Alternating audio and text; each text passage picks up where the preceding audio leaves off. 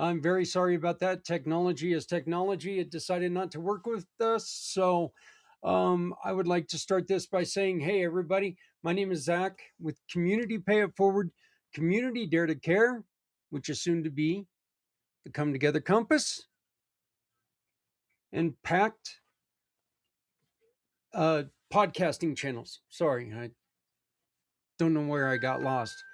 But welcome to the 2026 Mission for Healthy Heroes.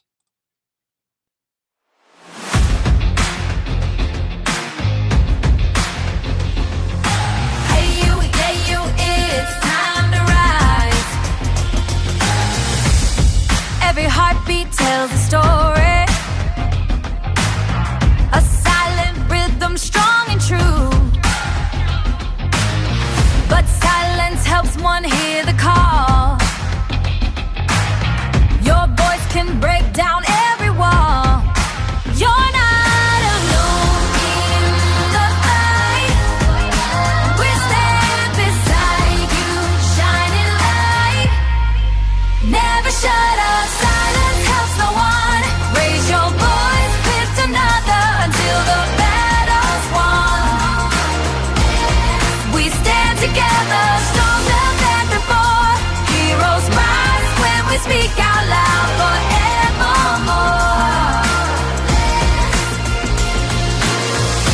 Every word's a beacon, shining bright and true, for all the world to see what we can do. Never shut up, speak out loud. We stand together, together.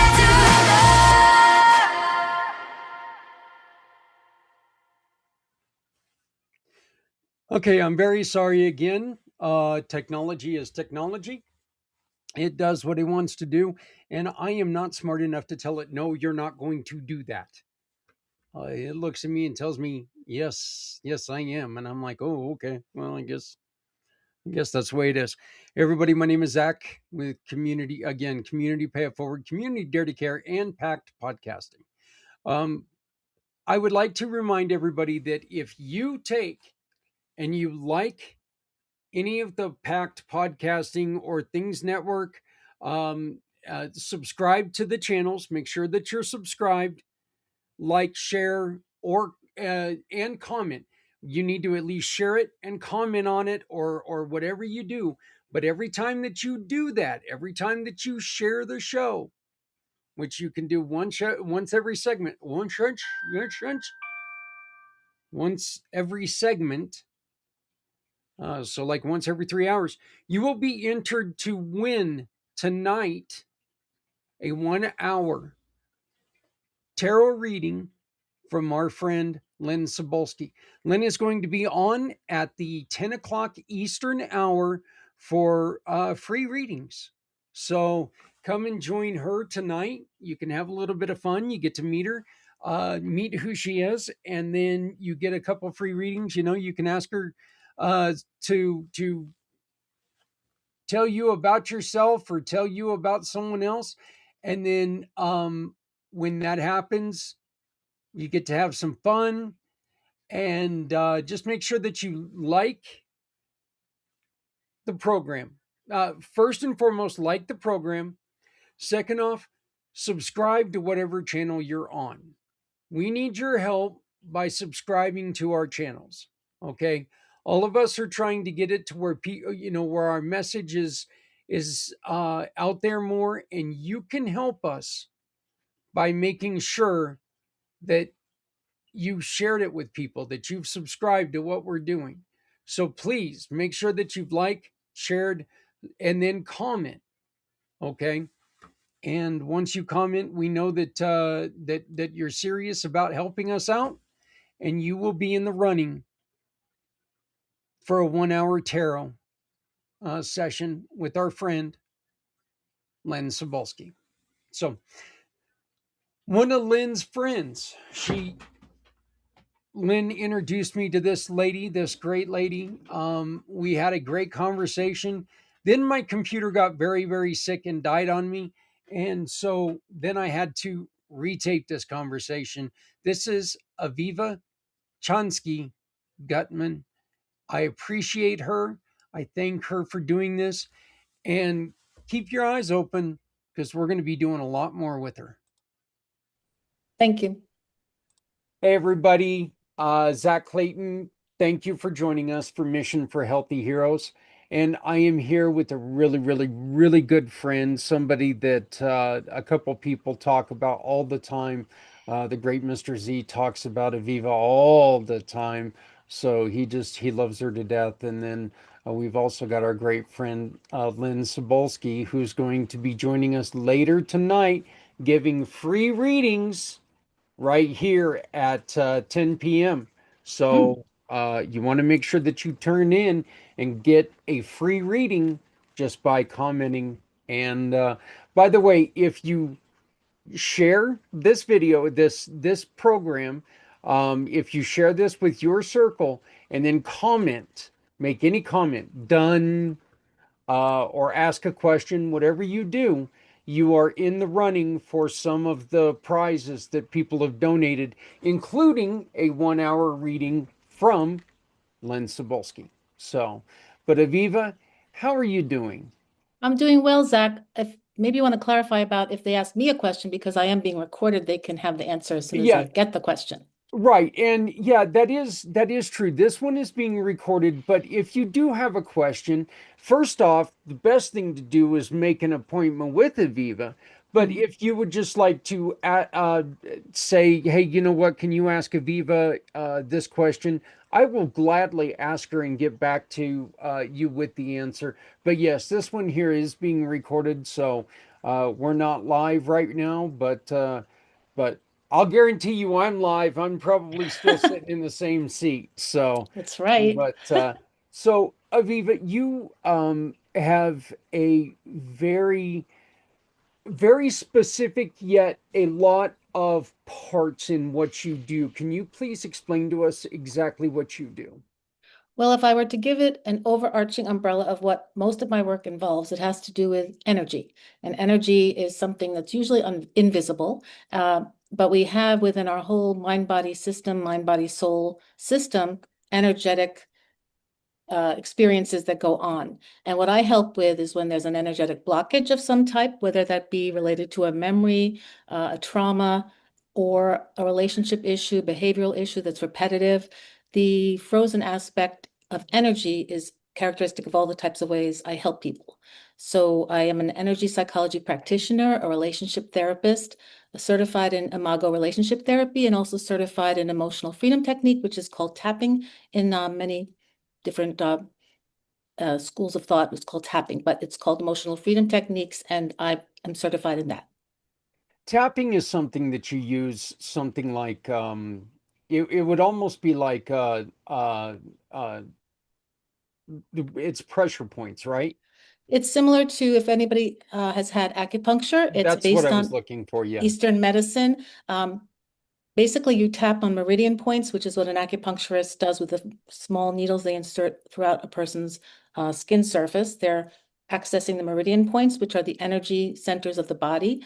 And in tapping, we do the same type of thing with our fingertips. We don't use needles, and it's completely compatible with internet work, virtual work, so that you don't have to be in the room with someone to help them learn how to tap or to help tap with them as a coach or therapist in their sessions with you. So it's based on Eastern medicine, where the theory is that the reason we need to tap on those meridians is usually because of a blocked aspect of our energy, which can relate again to a traumatic memory, a style of behavior we're not very happy with, that we'd like to change, and habits we'd like to change, feelings we don't understand why we have them. It's all related to blocked energy and how to have it be more flowing. Maybe we'll get to the questions that I sent you. I don't know. At this rate, we might not.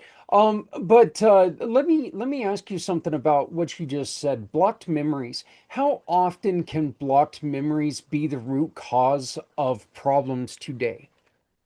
Well, in terms of trauma, which a lot of the Yeah. audience that's watching today, what happens is when we have a trauma is defined as an incident, an aspect of something that when it happened to us, when we were involved in it, aware of it at the time, it was so overwhelming and we did not have the capacity or skill sets to handle it in that moment.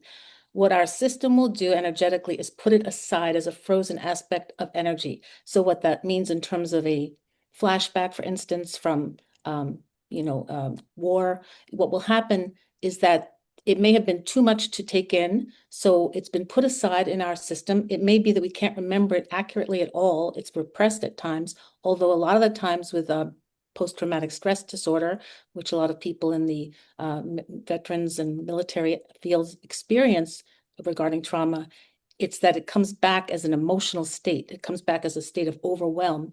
And that's usually triggered by something similar happening, something reminding them of it. And what's happening then is that the emotions they felt in that moment that they couldn't process, whether it's recently, years ago, decades ago, what happens is all the emotions start to come up as though that trigger is happening in the moment. So that's frozen. It hasn't been dealt with. It hasn't been handled or managed. So an emotional freedom technique, I'm able to help people gently approach it and gently have it show itself in layers. And the reason I say gentle is because that's the most important part of something that's traumatic, is that it's done in a very gentle, sequential way so that it's not suddenly the same intensity as it was before. It can be, and that's why we go for some help, and I can help with that. But to get it to not be that activating anytime something similar happens, that's what energy psychology work is about in a nutshell. You can't put it in a nutshell, but if I Oh had yeah, to. yeah, yeah. But are there any other ways that our listeners today can integrate EFT to support stress reduction and emotional resilience? Well, if I teach EFT to people, what happens is when they become more comfortable with it, more natural at it at their own pace in their own lives as a practice for themselves, they're able to what's called downregulate their nervous system. So if they're in the moment feeling activated, fear, usually activation means you're feeling the nervous system aspects of fight, flight, or freeze. And fight is you want to fight, flight is you want to run, freeze is that you play dead. Our nervous system does that when it's overwhelmed. So if you feel that coming on and you've learned tapping for yourself, self-care tapping, you're able to use those skills to down-regulate your nervous system independently. But usually issues are much more involved than in the moment, just waking up feeling that way. There's clinical EFT, which I practice, which helps people with the issues piece by piece, step by step, so that no longer does it have that strength. You're taking away the parts holding it up. Okay. What are some of the other ways that people can identify and shift limiting beliefs that may be affecting their well-being or performance? Well, first it is to identify that they feel stuck. Again, about frozen Okay. energy, Yeah. stuck. The stuckness of some type of belief. For instance, somebody might say to themselves or to someone close to them, I just keep having this feeling that I don't deserve it, or I won't be able to achieve it, or it will never happen for me. A limiting belief, something that's just saying something's not possible. That's basically, if you have to translate it to its common denominator, a limiting belief is saying, I don't think it will happen. I don't think it deserves to happen. I can't imagine it happening. So in clinical EFT and other methods of going through the process of deconstructing that, you're able to understand why that belief exists and start working with the parts that are holding up the background memories and experiences that are holding up that limiting belief. Okay. Um, you have, can you explain to us trauma informed approach? A trauma-informed approach, which EFT is partly Yeah. one of those, this whole category of therapies that are like that, called that. What it basically is that through the therapy itself, you're approaching the aspect that the situation or problem someone's coming to you for and about has to do with a traumatic issue. So what you're doing is approaching it as gently as possible. And I keep emphasizing gently because really with trauma, that's the only way you can really help someone, is that they feel the trust and calmness and ability to be vulnerable with you so that they can start exploring what this is, because trauma is usually overwhelming. And then sometimes it involves a lot of shame and embarrassment. And a person to themselves doesn't want to see what it's about. So a trauma-informed therapy and therapist is, the therapist themselves is usually someone who can approach it with non-judgmental attitudes, safety, and have a good rapport with the individual. So that's a trauma-informed personality as a therapist. And then the modalities, there are several out there, but the one that I practice is EFT. And it's basically, again, the gradual sequential examination and examining of things, but little by little. So maybe you've seen this image of or the tip of the iceberg phrase. The tip of the iceberg is what we see every day in our lives, just a little tiny bit. Underneath the surface, there's so much to that iceberg. So trauma-informed therapy is really gently going to the lower levels of the iceberg underwater, but in a gentle way so that the person experiencing the trauma feels safe enough to explore what that's all about, because safety is not what they felt at the time of the trauma. There's two types of trauma: huge trauma, big T traumas. Big T traumas are like earthquakes, 9/11, even COVID in its own way, but that was long lasting. But small T traumas are ones that are like just about your upbringing. Maybe there was a lot of negativity or shaming and things that made someone have a little bit of a constant message about something. That's usually what limiting beliefs come from, is this message over time from people important to them about them not being worthy, not capable, not deserving, and they take it in and they keep it as their pervasive belief. But huge T traumas, excuse my tripping on the T's, but war, trauma, gunshots, explosions, those are big T traumas. So both can be managed and handled and addressed with trauma-informed work. We are focusing a lot the last 4 years, and what we're doing today, we focus a lot on making sure that we are able to listen to our heroes, and we can, listen first, talk second. But Aviva, when do we, as somebody who doesn't have any training in trauma informed approaches or any of these other programs, when do we need to start pulling back? What do we need to start watching and making sure that, oh, I'm getting over my head here, let's kind of back this up and let's get a hold of somebody who can handle this a little bit better? What are some of the things that we need to watch out for? Well, there's so many things that relate to that question. I would say in general, one problem is that a lot of the institutions, organizations that are saying they will help veterans, it's hard to approach them because they're very complicated systems that take a lot of patience for your appointment to come up. Then a referral if you're referred out. I understand the whole system of, for instance, the VA, not intentionally, I'm sure, but budget-wise and employee-wise about who's available to help the veterans. There's not enough of a ratio that's very helpful to a veteran. So a veteran already starts off usually knowing that the system is so overwhelming, they may not even approach it for help. So it's very common with people who have had trauma in every area of life to lean on something else that will help them. So a lot of people lean on substances. They lean on alcohol and Yeah. drugs. They may lean on behavior like gambling, something else that's an ism. We call them the isms, where it keeps their energy distracted. So that often is not what the person themselves is aware of as being a way that they're handling something. The people around them that care about them are more aware of. They're having an issue. They're starting to drink too much. They're starting to take medication. They're trying to tune out, or they're tuning out and they don't seem to be themselves, or they're not themselves that I'm used to or remember them being. So very often the people around someone with a lot of trauma are the first people to notice and experience and maybe try to talk to the person or intervene. So it's very hard for the person themselves if they're just trying to take care of it and they don't have the tools sometimes for themselves. Look where they have ahead of them. They have, if there is a system like the VA, they are like, oh, it's just too hard to get involved in that. The appointments are so far in the future. I'm not sure I even want to go through that hassle. So there's it's a reality too. If there's a system that doesn't give you a lot of access, you're not going to be able to go to it and say, I'm going to just do this. And so you need to have a support system around you of people that care about you, or an employer that notices something, that starts to say your performance is affected by something. Could you go try to figure out what that's all about?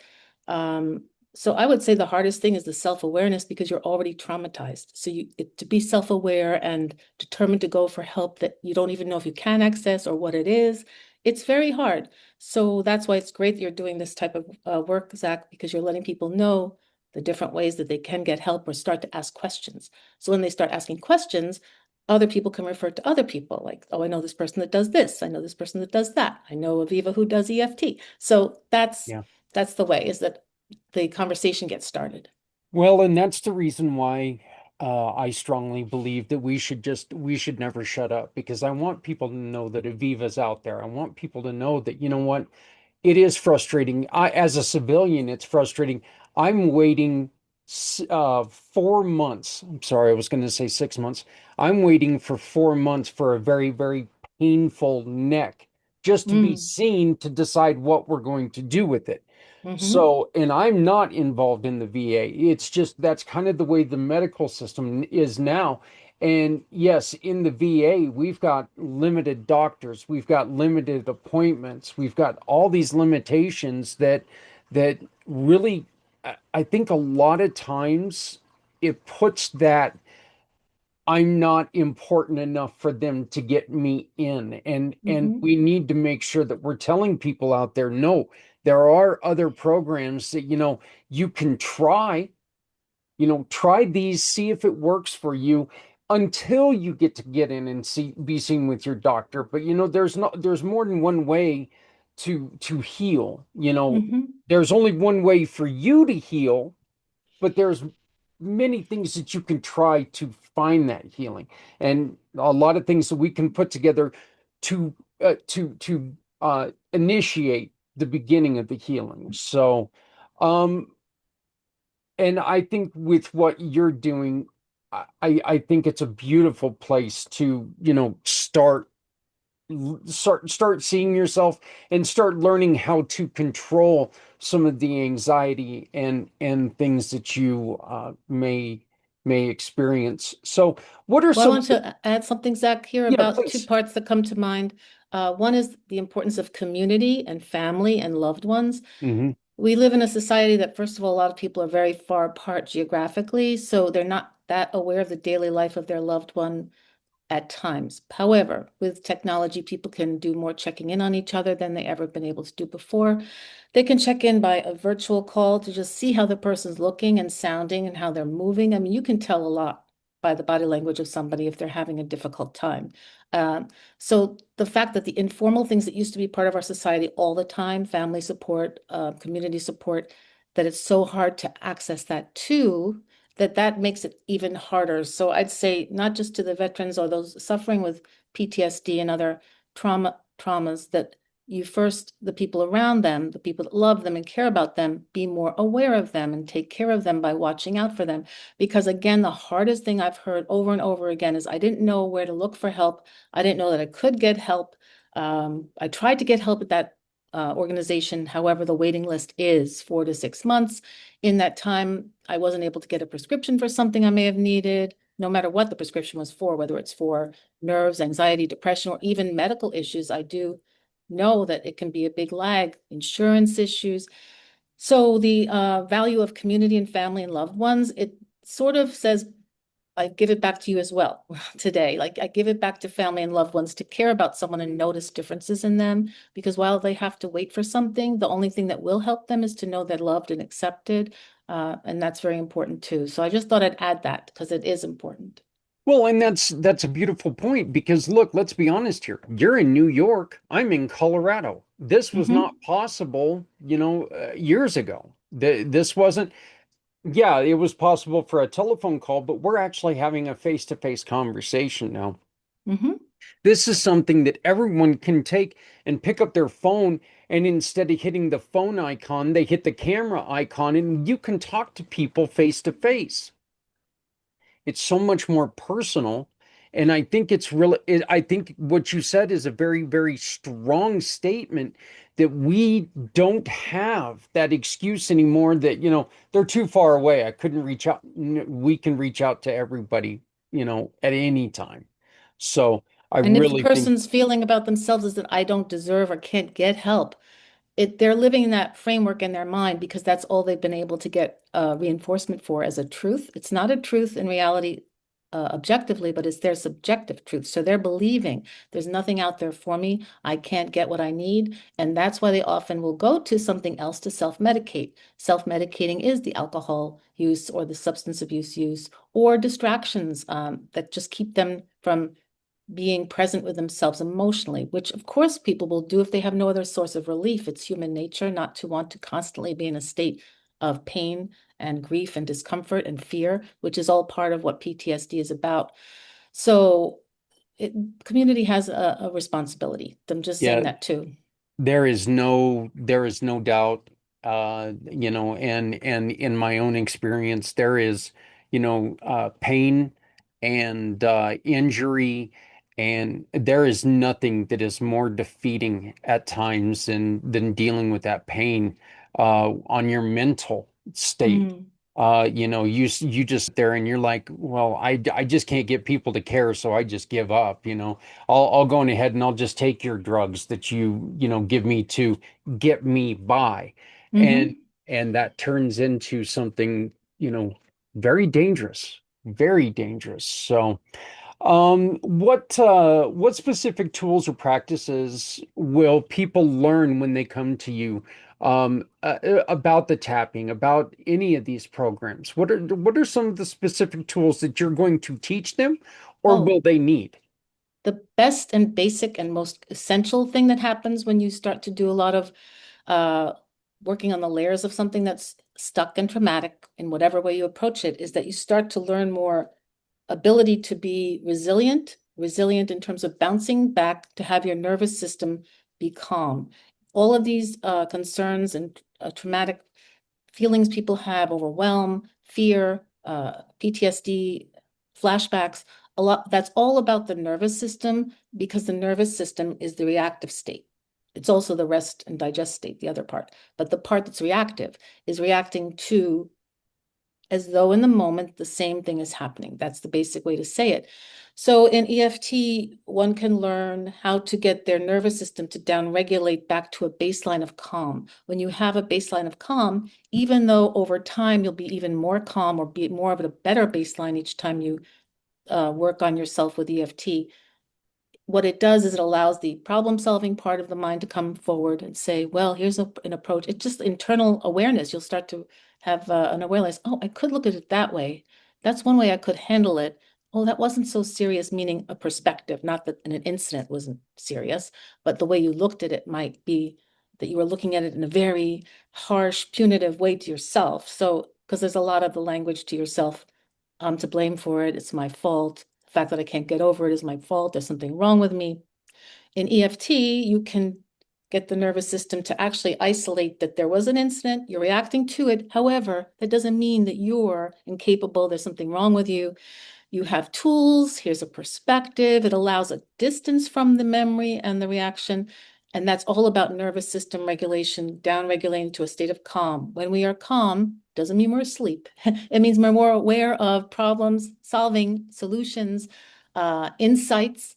And sometimes it's amazing what people will discover after you do rounds of tapping. So each time you explore an aspect of a problem, you do a round of tapping or two, and then you'll say, what are you noticing? And the person will say, "Ah, I just realized I was doing that to myself, or I just realized that there was that helper person in the background, and I, I noticed they tried to help me." There'll be all these insights that are like just a little at a time, and all that helps down regulate that state of panic, fight, flight, freeze, and it starts to help you over across your life, not just in that memory that you're working on in the session, but it does sort of reverberate into other parts of your life. So it's a wonderful experience because over time you start to learn how to touch base back down to nervous system regulation very quickly instead of it taking a very long time. But it's a process, it's work, but it's worth the work because you're working on helping yourself feel good in this life. Yeah, very much so. I've got one more question for you, and then I'm going to ask you just to if you had anything else that you would like to say. My question is very simply this. Aviva, what would you suggest that we make sure that we do today during this mission of Healthy Heroes?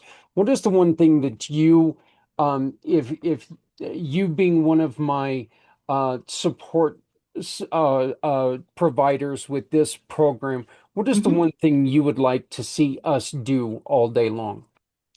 Just remind yourselves and each other that it's a community. The most important part, the community strength, the fact that you're not alone, because that's one of the biggest issues Mhm. is that we feel we are alone in a circumstance, in Yes. a situation.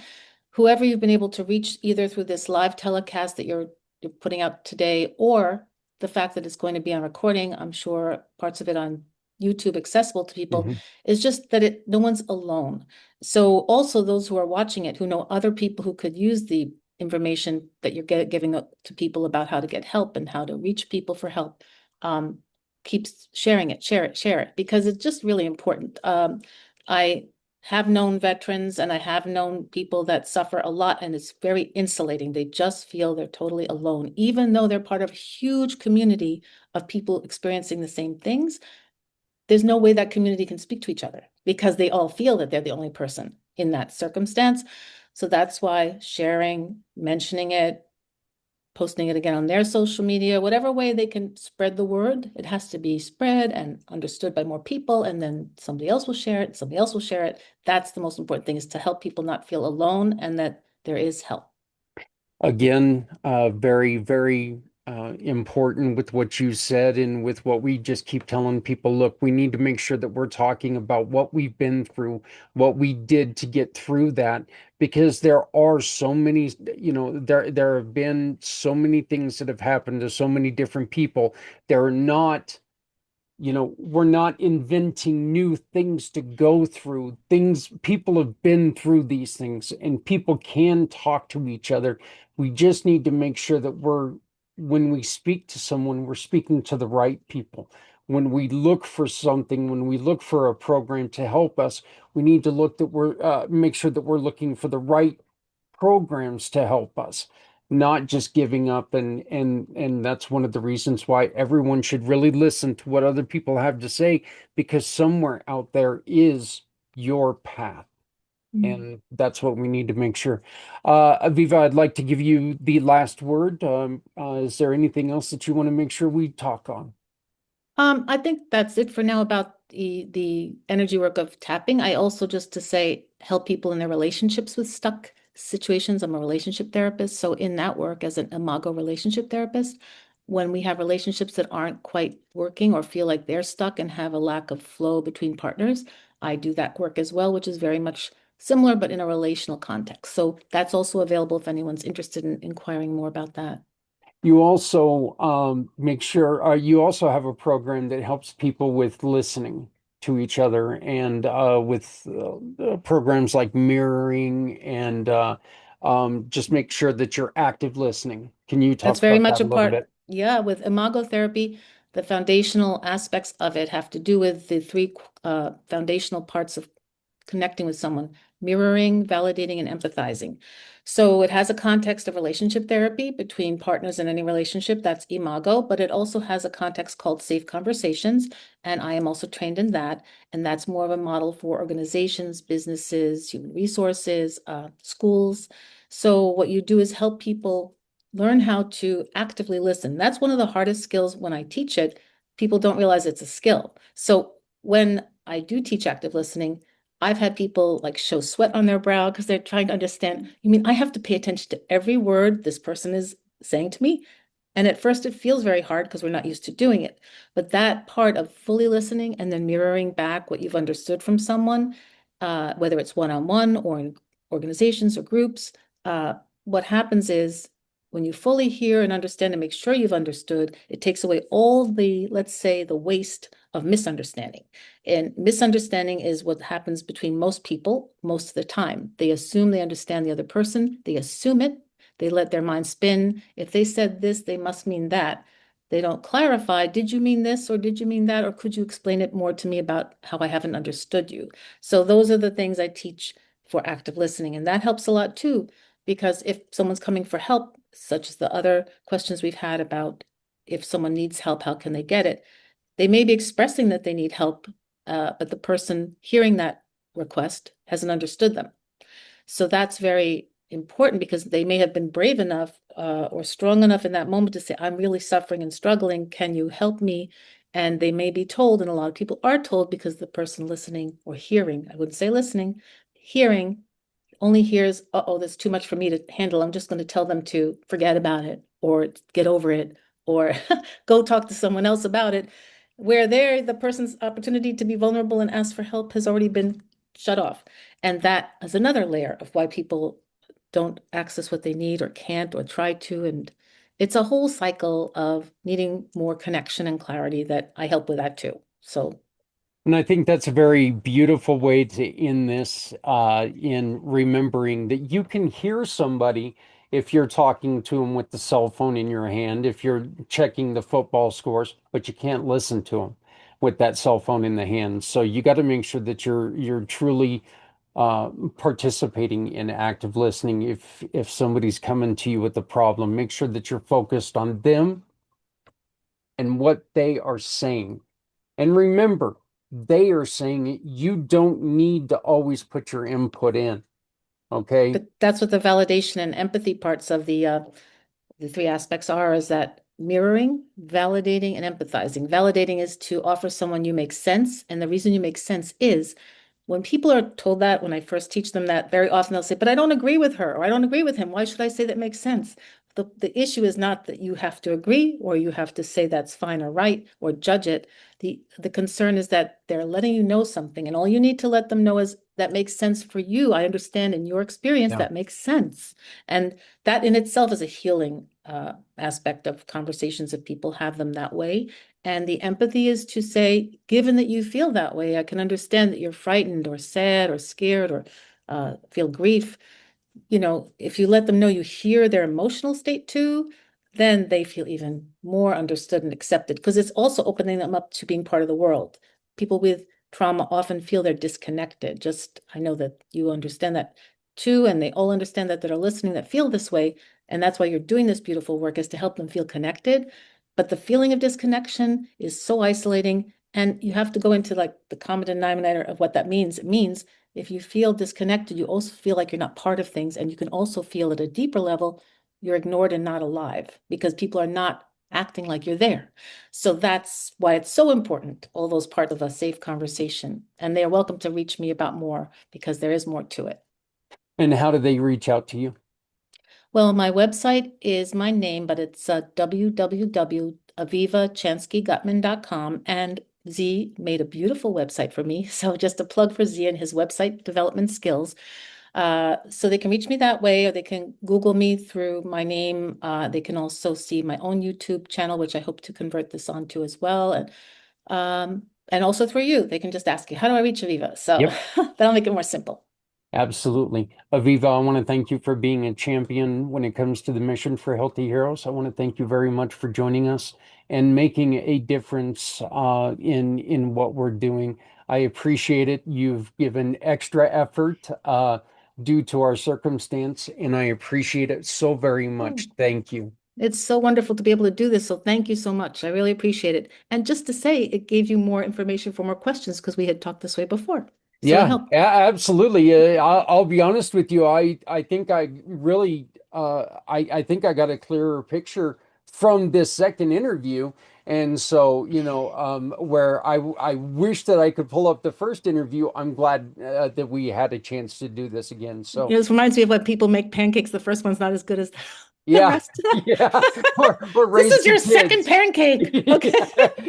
Yeah, her raising kids. The first one Oh, didn't do so I well. wouldn't say So that. I have a the wonderful second one, preset. I'm going to try a little harder here. So, um, Oh, but I, 'cause we don't, no third one, we never take pictures, so we won't do a third. yeah, They're wonderful yeah, kids, but they don't take pictures of the poor third one. Sorry, my third one. I have yeah, like, I have yeah. pictures of Sorry, you, don't Isaac. worry. Sorry about that, Isaac.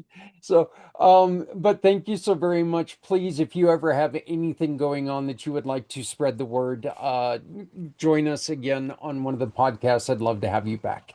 Thank you so much, Zach, and hello to everybody. Have a wonderful time watching this, and I highly endorse watching this for 22 hours, if you can stay No. awake. Yeah. Okay? Yeah, if I can stay awake. If you can stay awake. All right. Well, thank you very much. Thank you, Zach.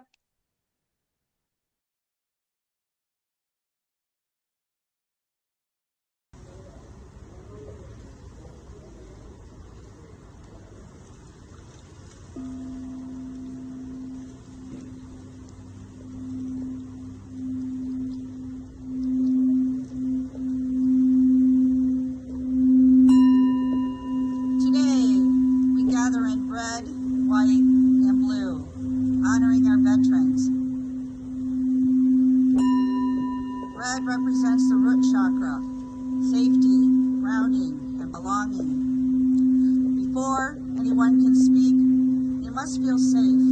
This is where healing begins. Today carries fire horse energy, courage, movement, and breaking silence. A day to move forward with strength.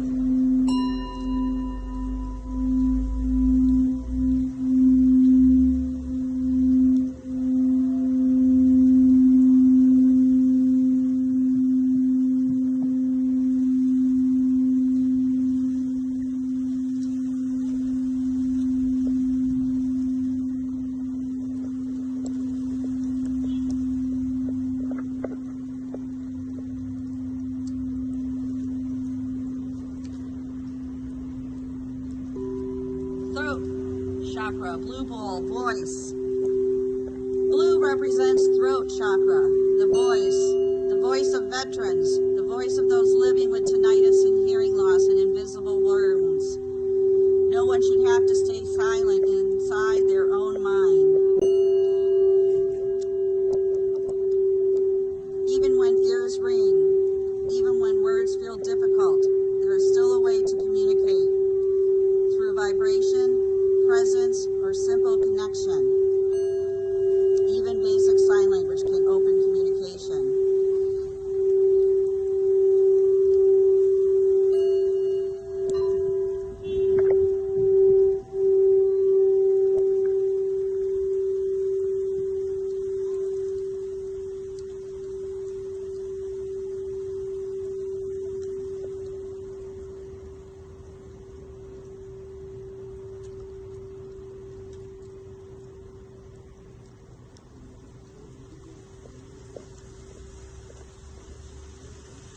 This is for the white crown chakra, signaling peace.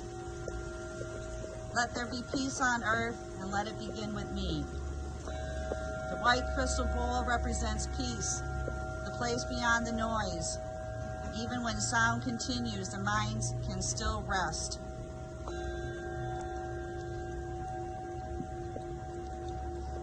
We hold in gratitude today for those helping voices be heard.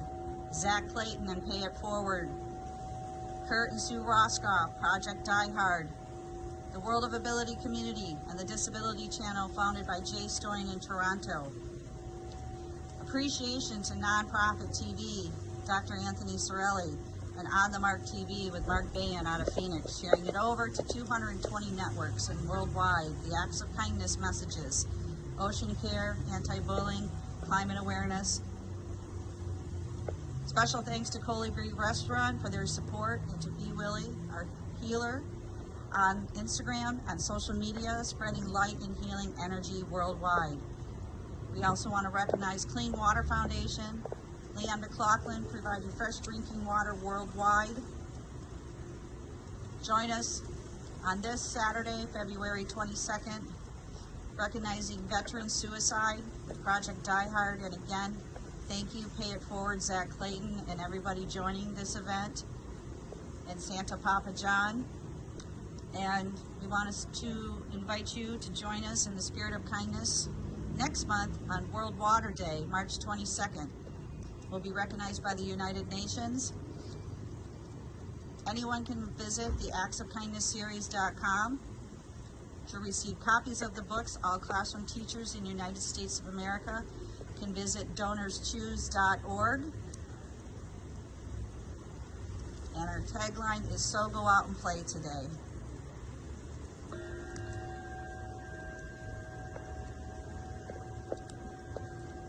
Today is a fire horse eclipse.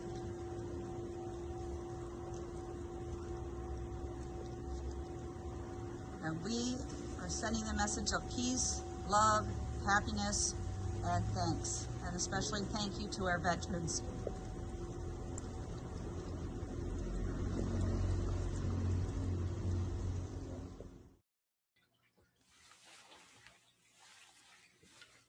I want to thank my friends. Oh my God, the USA just won gold medal. First time since 1980. Congratulations to the USA for winning the gold medal in the Olympics. So wonderful, wonderful day. Awesome. Awesome, awesome. Anyway, thank you to Marianne from Waikiki. Thank you to Kurt Roscoff. Thank you to all of those individuals for that video. Whoa, I greatly appreciate it. And now I'm so excited that I'm knocking stuff over. But this is, did Jack Hughes actually score the goal? As a Devils fan, that would be cool. But sorry, I was talking to you. I didn't even see it happen, so I'm pretty excited. Yeah, I'm going to say it was Jack Hughes that scored the goal because they keep showing him and they just showed his parents. So congratulations to New Jersey Devils, Jack Hughes, and the USA men's hockey team, gold medal winners, 2026 men's gold medal. Awesome. Wow. So, but anyway, yeah, thank you to all of them for that wonderful video. That was really pretty cool. I like that. Nice meditation that was easy to listen to, very easy to enjoy. So I appreciate it. I invite you to please take care and go and check out all of what they were talking about, the acts of kindness, National Water Day. Kurt and Sue Roscoff really do a whole hell of a lot for our company. They do a lot for Community Pay It Forward. That whole group, I call them the Kurt crew out of absolute respect. I make fun of that man more than anybody in the world. Well, I don't know. Santa comes pretty damn close, but what is this animal doing? Thank you. But okay, I just saw him on the replay. That looked a little creepy. But anyway, again, thank you to them. And there he is. He wants to make sure that he definitely gets seen. So next up, due to the time constraints, I'm not going to be able to play the 1 hour video yet. The replay of the Come Together Compass, that's going to have to come later on tonight. Right now, I'm going to play an interview with a gentleman that I had no idea that this was even a thing. When we recorded this, I had no idea it was even a thing. So to learn more about this, I was enthralled. So, but here is John Luanis, and talking about incense therapy. Everybody, we're continuing today with Mission for Healthy Heroes. Thank you so very much for joining us.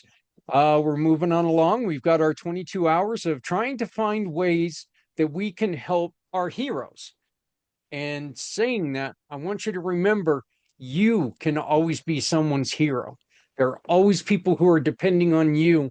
So you can be the hero to heroes and to yourself right now with the things that you learned today. So joining us now is John Lanius.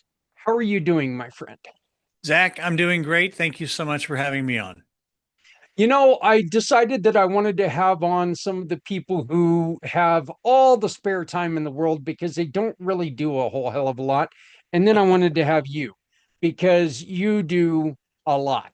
you are a busy individual, and you have a lot of training in something that I personally, when I read what you were doing, it attracted me instantly because I am a huge fan of incense. I mean, you look around my office and there's incense holders. I've got the scented candles. I got the wax burners. I got the drooping incense, from the bottom release incense. I got those things everywhere in my office. Yeah. Can't light any of them because my wife hates it, but hey, it is what it is. But you have a special treatment and a special healing program Mhm. that you use surrounding incense. Yeah.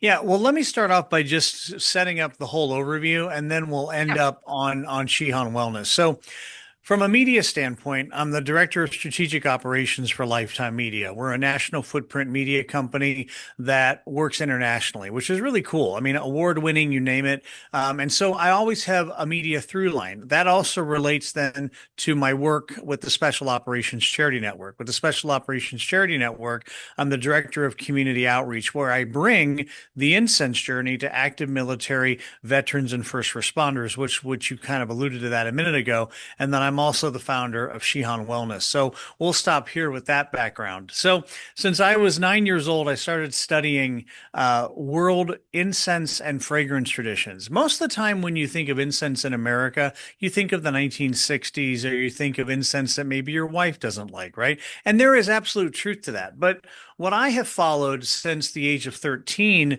in a formal capacity, meaning that from the ages of 9 to 13, I studied on my own. And then at the ages of 13 to 23, I would take official instruction under a Japanese qualified master of incense. In the incense ceremony, I have learned how to properly and in the most enjoyable way release all natural fragrances that help and support us to immediately regulate our systems. So we return to a place of calm, to a place of just, pure focus. And so where this comes from essentially is the limbic system. And the limbic system is the only system in our body that does not filter our sense of smell. What I mean by that is that all of the other senses in our body, our visual senses, our touch senses, et cetera, it has to filter through something called the thalamus, which is a regulator inside of our brain. Our sense of smell is the only sense that does not filter through that. So, meaning that you get a very, very powerful experience of reality, and it goes right to the rhinencephalon, which is the oldest part of our brain. So I get to work with active military, veterans, and first responders in using fragrance to regulate our system very, very easily. Is it olfactory? Or is it because of relaxation, or is it a little bit of both? Is It's it it's a I don't know if that's a good question, but it's kind of the way I struggled posing the question in any other way. Is this purely due to olfactory, or does it have to do with the relaxation? Or is it both? Yeah, it's actually both and a whole lot more. So the olfactory system, again, for the most part, gets overlooked, and the reason why it gets overlooked, even though if you're following the work of like UCSD in San Diego and other major health systems, you're beginning to see the emergence of medicines being inhaled. Well, incense, the from the Latin incensum, meaning to burn through, is an ancient medical practice that goes back thousands of years. We know, for example, the written history of incense is 6,000 years old. We know the archaeological evidence of incense is 35,000 years old. That comes from the caves in southern France. Obviously, the use of incense goes back even further. Usually, about 2 minutes after we discovered fire, somebody threw something on there and said, "Oh, this smells good and I feel different." That's, that start to use this as a catalog of ways that we can heal and recenter our body. So specifically to your system, or specifically to your question, is that when we're talking about the olfactory system, is that yes, we are bringing this into our body very quickly, bypassing the thalamus, going right to the rhinencephalon, which is our seat of memories and emotions, etc. The other part of this is what we would refer to as the terpenic profile. So terpenes in nature control the color, taste, and smell of everything in nature. They also tell our immune system what to do. So, for example, if I'm looking at sandalwood, frankincense, let's say lemon peel, for example. Well, all three of those have something called apinine in them. Also, Pine resin also has apinine.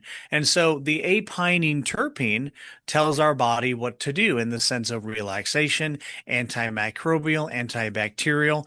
And so once you start to understand what is the particular makeup of these particular fragrances, then we can begin to use this in a more advanced way to support people to regulate their nervous system and to calm them nearly immediately. For example, I work with a number of former SOF operators, special operation forces individuals. These are people that have been in high stress, high combat situations, and they may have in many ways burned out aspects of their regulation system.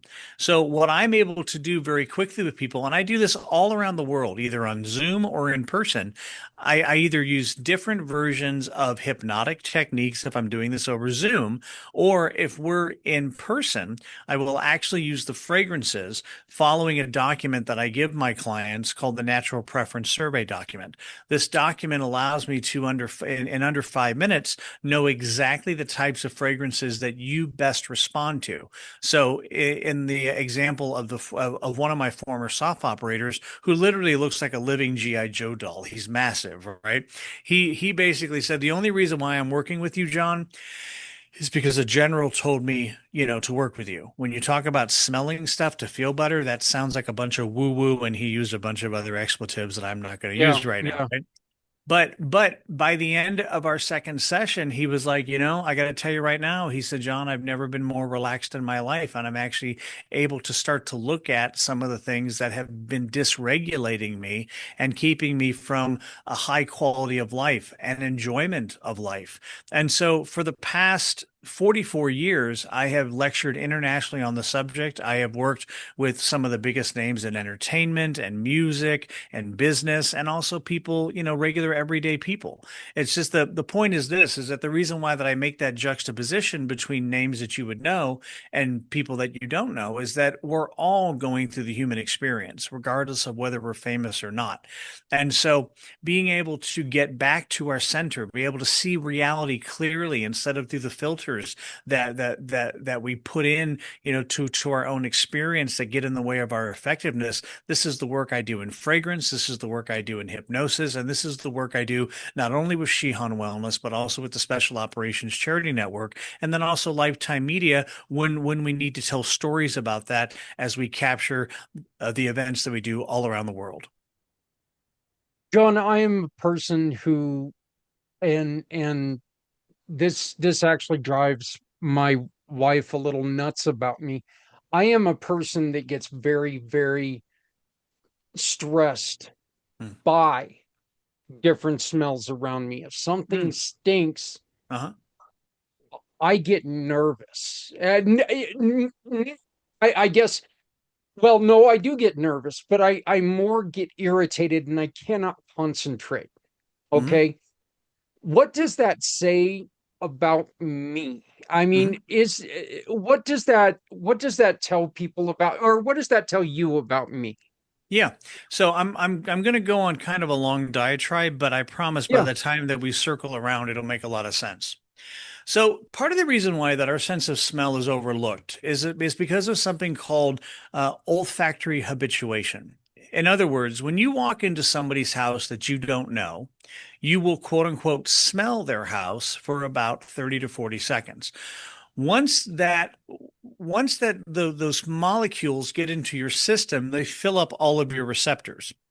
And therefore, you become nose blind to that particular space. Well, I have a saying in the work that I do that if you that you don't smell your life, and the reason why you don't smell your life is the reason why that you have pushed yourself into situations or into particular ways of being that don't really serve you and what you're doing, because you no longer are perceiving that, right? So throughout our entire life, we have been collecting a scent library that has a deep effect on us. As one dramatic example is that when my father passed away a number of years ago, one of the last things that I did was clean out his closet. And when I got into his closet, there was a shirt there that was still covered in plastic. When I removed the plastic, my father was immediately there again. And so the way that we can use fragrance not only to remember the good things, well, it also impacts us from a negative way. I'm going to be really dramatic here for a moment, but a lot of the veterans that I work with who have spent time in war zones, like, have been in battle, things like the smell of burning hair, the smell of Mhm. diesel fuel, the smell of, a whole number of other things really, trigger those particular individuals. And so what I'm doing is I'm using fragrances to counteract that. So back to your original question about what does it say about you when you're getting these smells and they're agitating you, this and that, is that there are probably smells that aren't good for you. And since you are olfactory oriented, then your system views those as a threat. Therefore, you're not going to want to be around that. You're going to want to take yourself out of that. In the same way that for many people, when they walk down the detergent aisle, for example, in the grocery store, the air feels thick, and Yeah.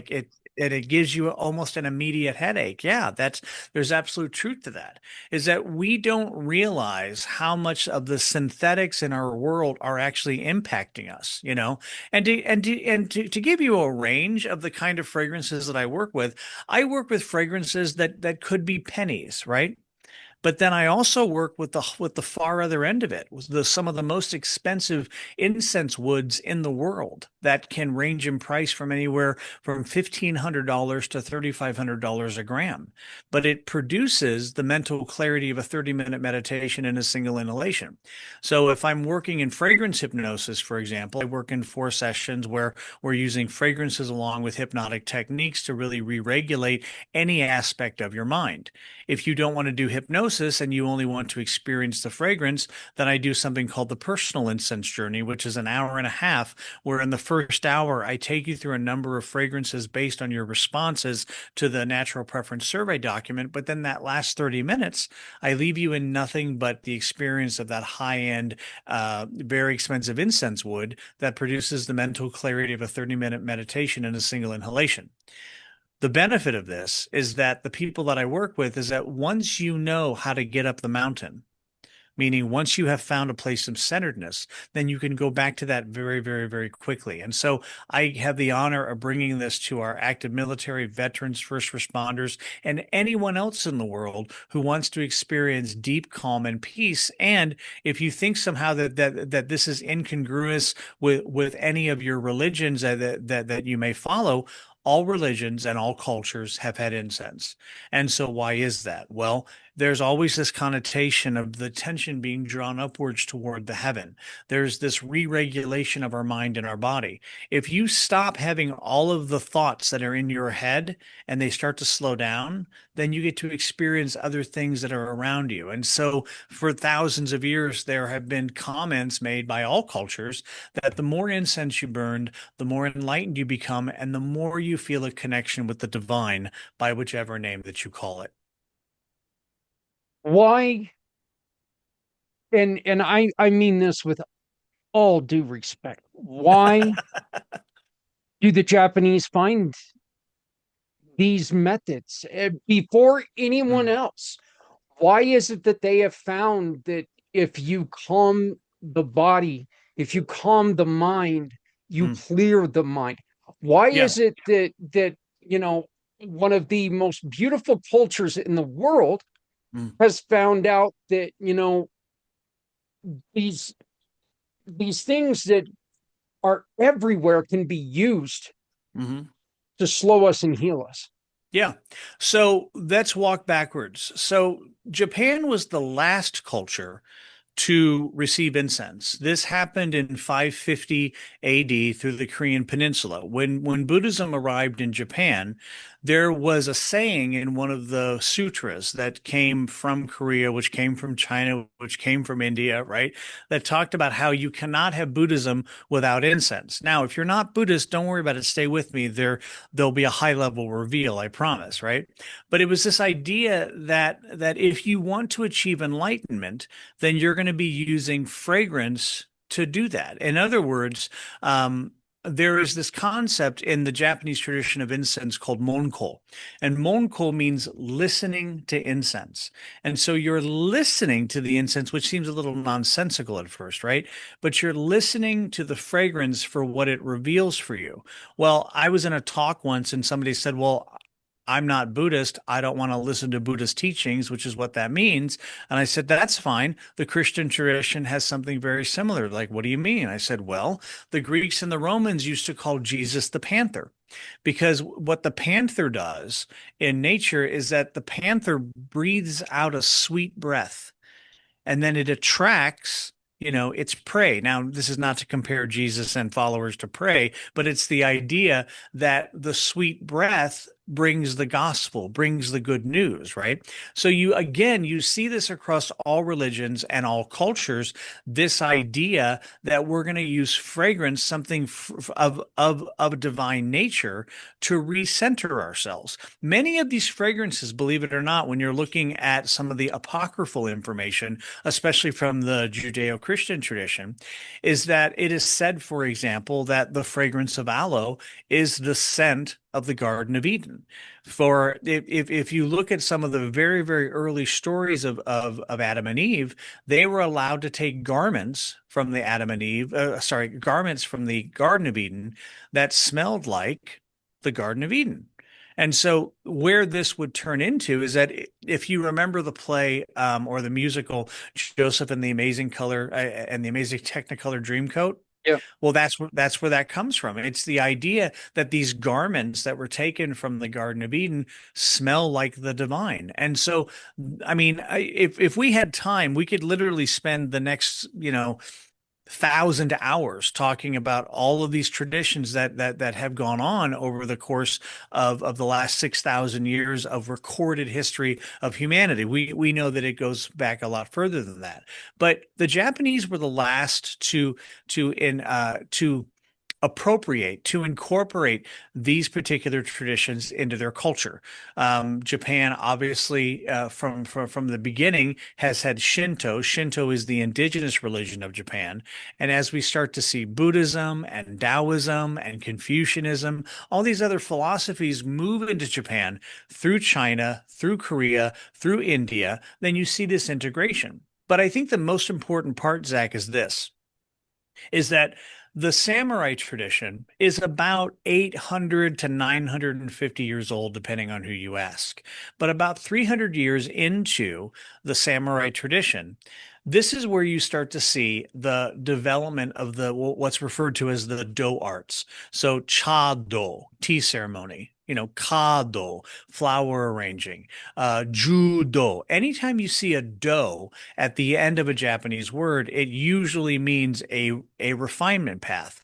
And so by the time that we get to the Muromachi period, we are codifying the way of incense. We're codifying the way of using fragrance to regulate. So a samurai and the samurai culture loved incense appreciation because you go out into battle, you deal with a great deal of stress, a great deal of exertion, and then you come back and you're using these fragrances to recenter yourself. And so by the time that Zen also influences the Japanese culture, you all of a sudden, a couple hundred years before the end of the samurai tradition, you have these samurais that are what's referred to as whole warriors. They're able to go out and do what they need to do, but they're also able to come back and re-regulate themselves. Well, fast forward to the 21st century and the work I do with the Special Operations Charity Network, this is what I do for our active military, our veterans, and our first responders, and everybody else, because sometimes people think that PTSD is just for people that have seen battle, and that's not the case, because running a business, having a family, all that can be just as traumatic. And so the more that you're able to relax yourself, the more that you're able to heal yourself, and the more you're able to get to a point where you are at total and complete integration with who you are. And that's where true and real power emerges in your ability to make a difference with yourself and others. See, one of the things that we really, really focus on when it comes to this particular event is the heroes of our heroes are their families. And there is no such thing as the hero suffering PTSD and everybody else is clear. Yeah. Free and clear of it. PTSD is for lack of a better term, contagious.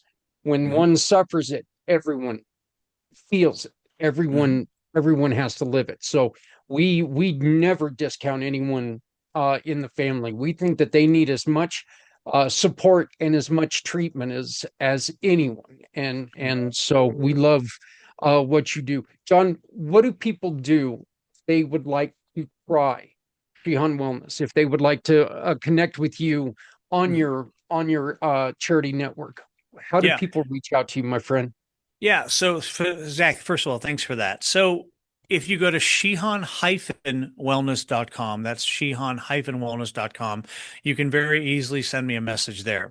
If you are interested in the work of active military veterans and first responders, you can go to specopscharity.com. That's specopscharity.com. I'm also very, very available across all social media. You just search my name, I'll pop up and you can find me. But I have the pleasure of working with people all around the planet. I get to work, over Zoom, for example, for hypnosis. I do it in person. So there's a whole world to explore and to learn about. And I'd be more than happy to share that with anyone who reaches out. Well, John, I want to make sure that you and I stay in contact because, you know, I'm one of those who could probably sit here for those 1,000 hours, listen to you talk Yeah. about incense and the healing of incense and everything because I do it's something that I've loved it my entire life and yeah, when I grew up it was to hide the scent of marijuana, living with parents from the 60s, but Oh, yeah. Yeah. then it grew into something as a teenager and as an adult. I would always use it in my room. It was always lit in my room, in my house, wherever. It was always lit. So, but once again, John, one more time, how do people reach out to you today? Yeah, so let me say this, Zach. When you talk about marijuana and when you were trying to cover that smell, here's what's funny. Marijuana, believe it or not, is actually one of the first incenses. Oh yeah. I have numerous academic papers showing that this was burnt on some of the earliest altars of some of the earliest temples around the world. So that's the other thing. From an academic standpoint, this subject never ends, and so happy to It, share that. But I am a proponent of if THC is the best for you, do it as long as Mhm. as long as you do it correctly, Mhm. and I live in Colorado, so if you want to do it for fun, do it for fun. Just be responsible. Yeah, yeah, So but I mean, marijuana has never been something that I have ever had a problem with, so right, it's right. because I grew up around it, so let's be Yeah. honest. I mean, but yeah, so yeah, once again, how do they get a hold of you, John? Yeah. So here's the so Shihan-wellness.com. That's Shihan-wellness.com. You can see it right up there behind me. There it is. And then you can also go to specopscharity.com, specopscharity.com. And Zach, here's the thing. When you talk about the spectrum between THC and other types of medications or meditation or academics, what have you, the way that I language this is that, when people say, oh, you're into incense, you must be into that woo woo stuff, right? Well, woo woo is a veiled insult. It means that it has not been integrated. But if I'm able to show you the power of recentering your mind, if I'm able to show you the power of very quickly regulating in your body so you feel good about seeing the world around you, then I have very quickly taken you from the woo woo to the wow wow. And that's Yeah. what and that's what I have been saying for 30 years. So I'd be more than happy to take anybody from the woo to the wow wow. I love it. I love it, brother. Thank you. Thank you so very much. I think that if we don't allow people to know that it's here, Mhm. then people don't know they can use it for healing. And Yeah. so, and my wife is a practitioner of crystal healing, Hmm. and we've got hypnosis, we've got all of that you know look, it may not work for you. Hmm. That doesn't mean it's not going to work for someone. And Right. so Right. I mean, I think that woo woo is a little I'm like you, it's a little insulting. It's a funny word though. But I don't dare say that around my wife. I'll tell you that. So, I love it. but Well, Zach, I am grateful for the time today and look forward to staying in touch and look forward to giving back to what you're doing as well as people reach out to me. well, I appreciate it. And once again, we been speaking to John Lanius, There you go. and Lonnius, look at there we this. go. Look at this. I almost screw up your first name trying to not screw up the last name. So thank you very much. We will have all of John's information tagged in this episode so you can look for it. You can reach out to him if you got any questions. If you need some help connecting to him, connect to us and we will make that happen. Thank you so much, John. We appreciate it. Thank you for taking part in the mission for Healthy Heroes. Thank you, Zach. We'll talk soon. So I just got to show it off. Yes, I am wearing a tie underneath my Jack Hughes New Jersey Devils jersey, gold medal winner. He just won the gold medal for the United States. That's right, gold medal, Mr. Hughes. Yep, that's it. So had to go and throw it on. But I'm not sure if I'm going to wear it all day or not, but I'm pretty damn excited that it happened. I'm equally as excited to talk to this lady again because it's been a day or two, at least a day or two since I've talked to her. This is Jennifer Desserrich from Dignified Dementia. How are you? I'm well, Zach. Thank you. How are you? Doing good, doing good. We are in our 7.5. So yeah, we're moving along, which is nice, nice. But so how have you been? I know that things are a little challenging for you. I know that you received some pretty bad news recently, which I just my heart I feel for you, Mhm. and I wish your mom all the best. So, but tell us a little bit about Dignified Dementia, will you? Yeah. So, Dignified Dementia is a web-based nonprofit, and we are out of Denver, Colorado. The website was started because my dad was diagnosed with Lewy body dementia at the end of 2018. And we received his diagnosis, and the doctor didn't give us.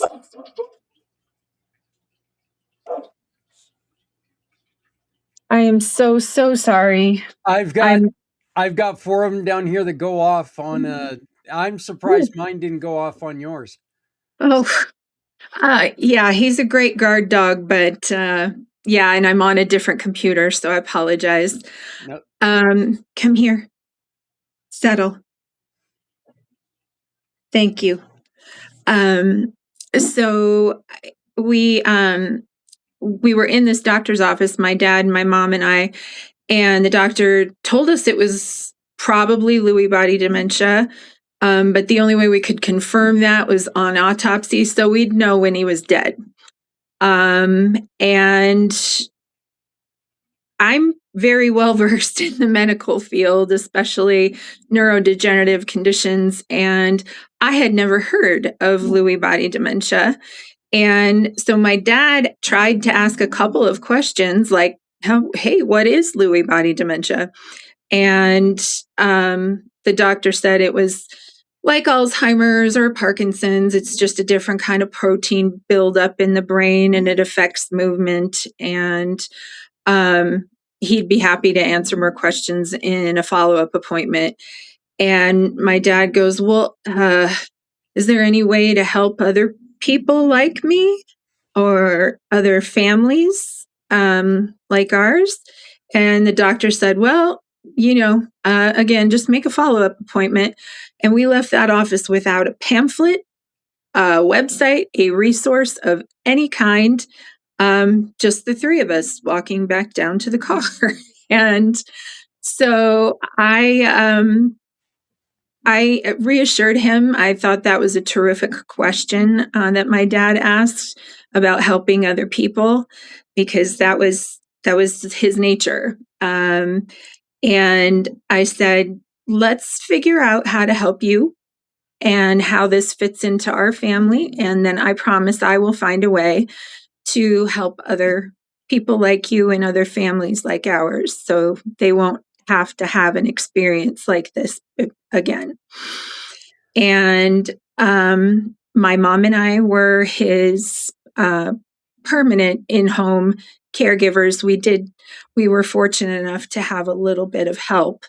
But over that course of time, I developed, just on the advice of his doctors, I developed some resources for him that really helped him stay organized and anchored in the present. We tried to build on positive energy, and it was something that I thought it would just be for him. And his doctors loved it. His speech therapists and occupational therapists loved it. And they encouraged me to get this toolkit we have to other people. And I was still caring for my dad, but I thought, hey, why not? And this is how I can help my dad achieve what he wants to achieve, which is helping other people like him and families like ours. So I started Dignified Dementia, and it is a website where we have a free resource library for everything that you could want given a dementia diagnosis. We're still building it, but it is completely free. You don't have to subscribe to our website. You don't have to pay any money. It's just resources that I personally have used in helping my own family and myself, but also in helping other families going through it.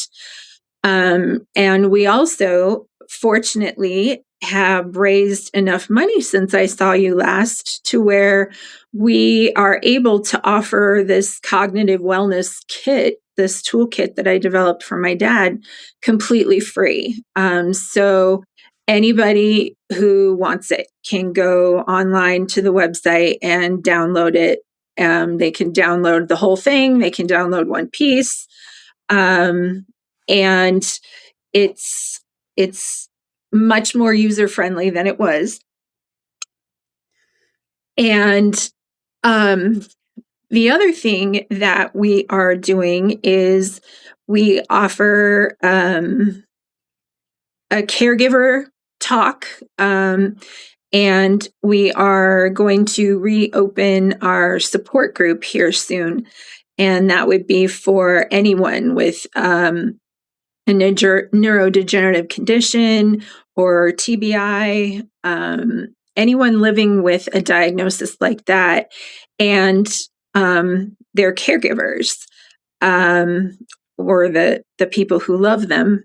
And we feel that that's a really good way to give back and support. And then our most exciting development has happened. Again, we were able to raise enough funds where we gave a $5,000 gift to the University of Colorado Health Neurology and Palliative Care Division. And together with them, we are using that money to develop a speakership series, which is something I had no idea I could make happen, especially this early in the game. We've only been open for 3 years. And this series is going to have international and national experts on neurodegenerative conditions, and we'll have a series of lectures where it'll be giving people the basics of dementia, what to look for, promoting overall awareness and trying to help destigmatize it. And the second series will be specifically for caregivers put on by caregivers. And then the third is to educate hospital and first responders, all kinds of staff, from doctors to MAs to everything. Because if anyone listening, or if you, Zach, have ever had a rough experience with a healthcare provider, it's jarring. But for the most part, for someone with dementia, a difficult visit could mean a lot of different things, and they would likely not want to go back to that doctor again, and that's a barrier. So I've spoken with a lot of healthcare professionals, and they've asked for the education. They want to know how they can make a visit more successful if they have a patient who comes in with dementia. They want to know how to listen to them, how to talk to them, and how to keep them calm. And so those are our latest and greatest exciting developments. And what else can I tell you? Well, those are all I mean, that's all fantastic. I love it. I am beyond proud of you for doing. I know that you got pretty beat up by illness for a while. Okay. I think just a personal thought, but I think that the stress of everything was uh, got to you quite a bit, and it kind of broke you down a little bit. So I'm glad to see that you're rebounding from that. But tell me this, Jennifer, what what was your mom and your first thought when you had to take on the duty of taking care of your father, which is fine, that's fine, but you didn't know anything about the affliction. You knew nothing about it. They didn't there was like you said, there was no, hey, this is what you need to do. There was none of that stuff. It was just like, you know, it's basically like, here's this. I don't know what the hell it is. I don't know what you do with it. I don't know if you'll wear it or walk on it, but there you go. How difficult was that? Well, I will be honest with you. My mom and I had vastly different expectations and understandings of what was going to happen. I knew a little bit about just dementia overall. And as soon as I got home from his doctor's appointment, I went into research mode. But my dad's wishes were to stay in his home until he passed, if that was at all possible. And I was bound and determined that as a family, we could do this. And I would look at him and I'm like, he's my dad. I would do anything for him. Mhm. I would happily care for him and do what he needs to be done. He took care of me. Every time I had to go to the emergency room as a child, he took me. And I felt like I could handle it. And for the most part, I did. I'm not perfect by any means. I would get frustrated, but the experience for my mom at first was a lot harder. She is an amazing person, but she was not a natural born nurturer. And she didn't know exactly what was going to happen. She didn't really even want to know what was going to happen. And she didn't like taking care of people. It was just not her thing. And So she pushed against it quite a bit. She didn't believe that all of the things that my dad was doing were just the disease. She thought that he was doing some of the more obstinate things or apathetic things on purpose, even though in the stage of his disease, he lacked the capacity, the brain capacity to be that sophisticated in manipulating. It just wasn't biologically possible. And she was very angry, and just angry at the disease, angry at him, angry at God, anything that you could be angry against. And for her, anger feels more comfortable than other emotions. So she gets afraid, she gets angry. And my dad and I, we always had a little bit of a different connection. We both were a little bit more calm, less, right there in your face. And we would stop and think of a thoughtful answer and how our words might come across. And this is part of the reason I was able to do so much for him. But my poor mom just, she didn't believe my dad's providers when they said, you need to practice self-care. You need to take breaks. And she just got more and more angry. And in February of 2020, all of our lives were, all of our lives globally were turned upside down with the pandemic. But I had to have a spinal surgery that was, I'd been putting off since I'd been caring for him. And that's very common. A lot of caregivers do put off their own health needs to care for their loved one. And if I hadn't gotten the surgery when I got it, I could have lost my ability to walk. So it was very, very important. But I had this surgery, and my mom actually had a nervous breakdown, and she spent some time in very bravely in a mental health facility. And when she came home, she was ready to do the work. And I found her a therapist that would come to our house.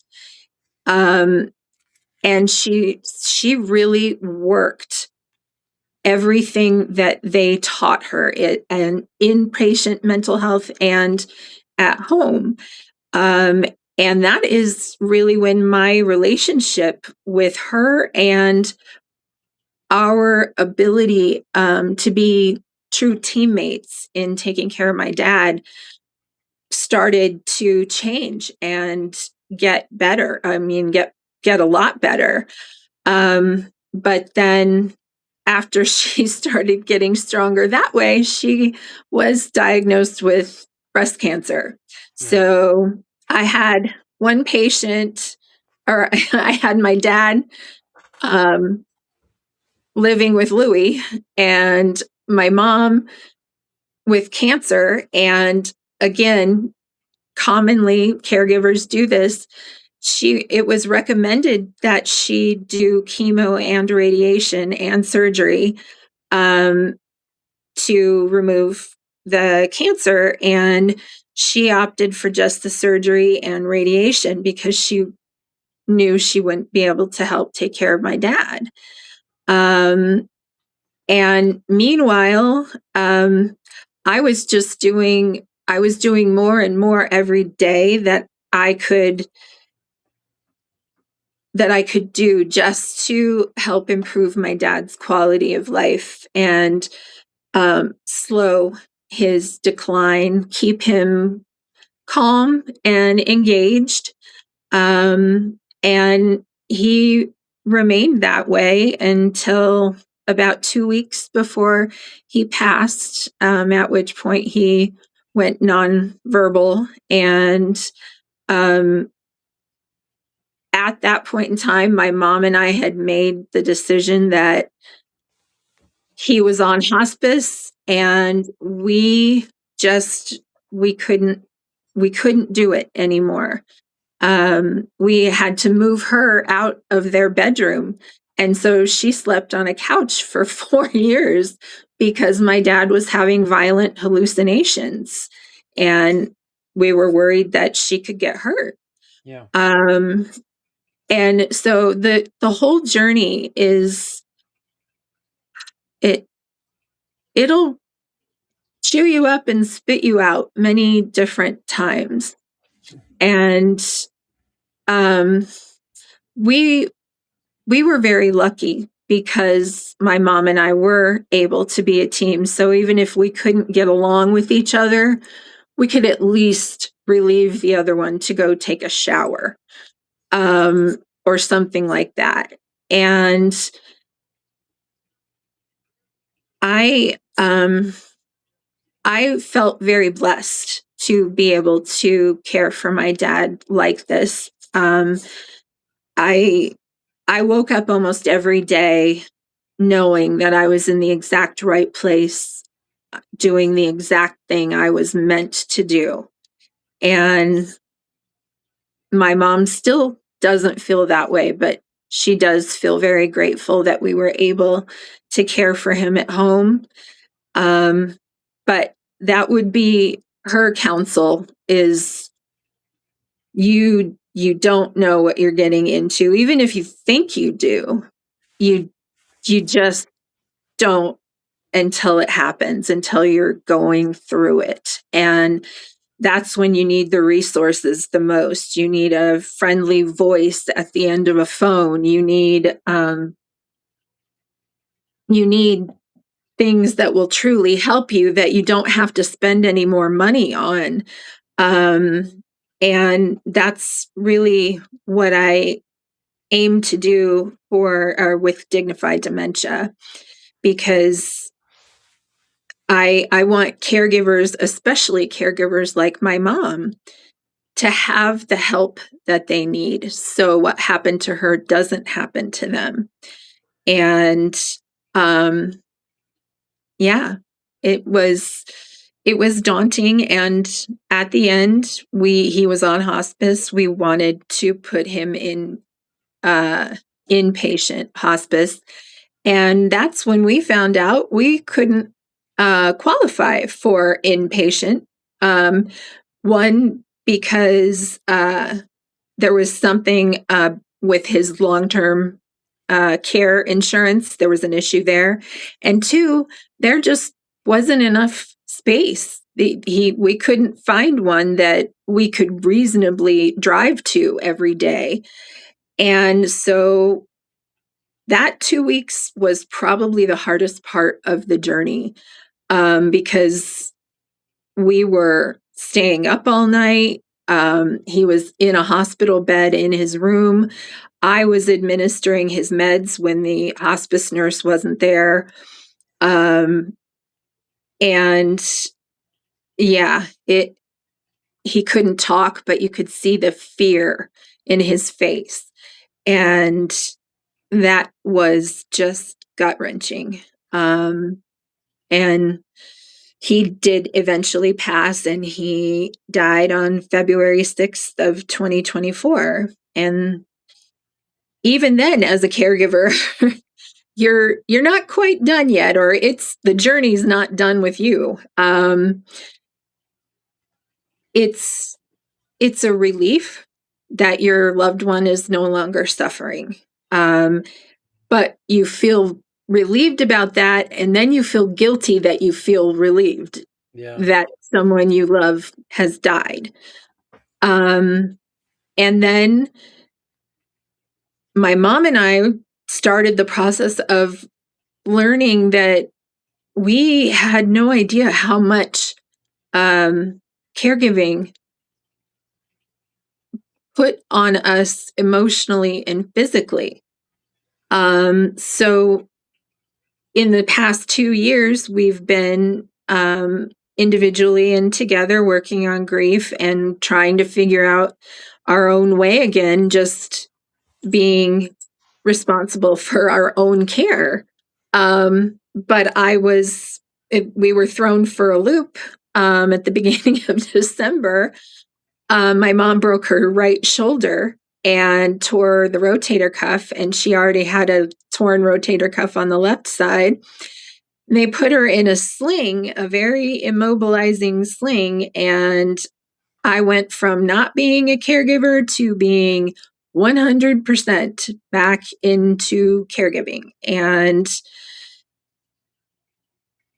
I mean, it was a different experience. Fortunately, she got the sling off in 2 months, but I had to be her arms and her hands for 2 months. And she was a little bit different than my dad to take care of. She was not as trusting, not as positive. And so we had to figure out our way through that. And yeah, I respect the journey so much, and I respect the generation of baby boomers, especially. And I want to do everything I can to help. And with Dignified Dementia, it was December of 2024. The phone rang, the Dignified Dementia phone rang on Christmas night at like 1:30 in the morning. And I figured if somebody needed to call somebody about resources or anything at 1:30 on Christmas night, they needed a voice at the end of that phone. And I picked up and I talked to that person for 2.5 hours, gave them several resources, and was just a listener and a voice, because part of our mission at Dignified Dementia is to let people know they're not alone, because the journey becomes very isolating, and reaching out for help is hard. And yeah, we just want to be there to be whatever we can. Jennifer, what do we need to do to make sure that caregivers take care of themselves? Because as you've mentioned, that's the last thing that happens. They don't want to take care of themselves because they're too busy taking care of someone else. And it's the old adage, you got to put your oxygen mask on you first. And Absolutely. I am one that I hate hearing that. I hate hearing that. I hate, if I'm out to help somebody, the last thing in the world I want to hear is, well, you got to be selfish. You got to take care of yourself. That's No. exactly how I feel. Yes. But we can't do that. We've got to take care of ourselves. What do we need to do to make sure that people are understanding? You can't help people. Look, as you've experienced, as it hurt your mom's health, you can't help people if you're messed up. Right. That's a really good question. And thank you for sharing that. That's how you feel too, because it's very common. All caregivers are told, I mean, it's practically crammed down your throat: self-care, self-care, self-care. And I used to say back sometimes, well, I would love to take care of myself, but you tell me where the time portal is located that I can walk into for 3 hours a day to myself, or even 1 hour. Yeah. And so I got pretty creative with my dad. doing things that were helpful for him, but also self-care for us. And I'm actually giving a talk about that at a conference in April. We're calling it the Shared Sensory Experience. And what we used to do for my dad, his doctor was very, very well versed in Parkinson's disease, and he tried to get a music therapy grant, and he explained to me what music therapy was. So I started incorporating that into my dad's daily routine. So at noon, we would listen to songs from his college days or high school days, and we would talk or not talk, or he would just sing. And there was a lot of positivity in that, and music is universal. And seeing the person you're caring for relax and enjoy something and smile, for me, it was self-care. And then there are things, just that you can incorporate in your caregiving so that you're not scrambling to try and find something else. If the person you are taking care of can move, put on a YouTube video of Tai Chi or something like that, and get into some movement. We used to do visualization meditations every morning after he watched The Price is Right, because that was something he had to do. And then, there were times when he would get really agitated, or if my mom and I were agitated, we put on a video of baby animals with soothing music and things like that. And that is really great. That, to me, is the best way you're going to be able to incorporate regular self-care, is if you're doing it with the person you're caring for or alongside of them. However, there needs to be more than just that. And I just recently gave a talk to 3rd and 4th year medical students on the topic of caregiving. And I was given the objective to tell them by the end of my talk what the one thing we caregivers wish doctors knew. And I said, one thing, I tell these doctors what that one thing is, and then no one else has problems with caregiving ever. I said, that's not a hard topic. So, but I think we have to have educated providers, and we have to have paper resources, especially for like the baby boomer generation. For my generation, Gen X, there are apps that you can use in your daily caregiving that can help with reminders to take a breath, or, do something for yourself. Make sure that you eat even. Yeah. But we need the support of the medical community, and we need better access to respite care. Because I don't know if you've ever tried to get care for a loved one or yourself, or, anything like that.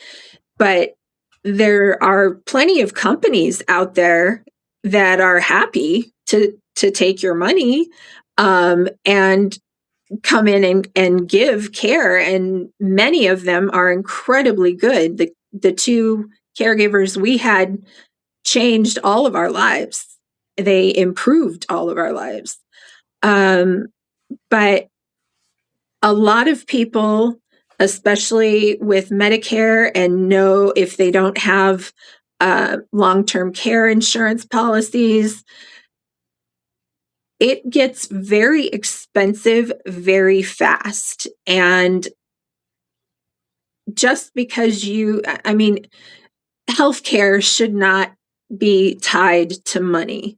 We should be able to get the care we need when we need it. And that barrier of getting through red tape with insurance or getting the right referral, that all falls on the caregiver, and it's more work to do. And we need help on many levels. We need help in the legislature. We need help on the ground. So I really appreciate you asking that question, because caregivers need support. Yeah.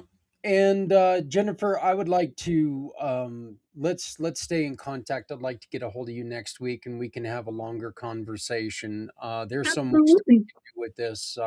We do have to close this down. We've got our next segment about ready to come on up, but I do want to thank you. And how do people get a hold of you?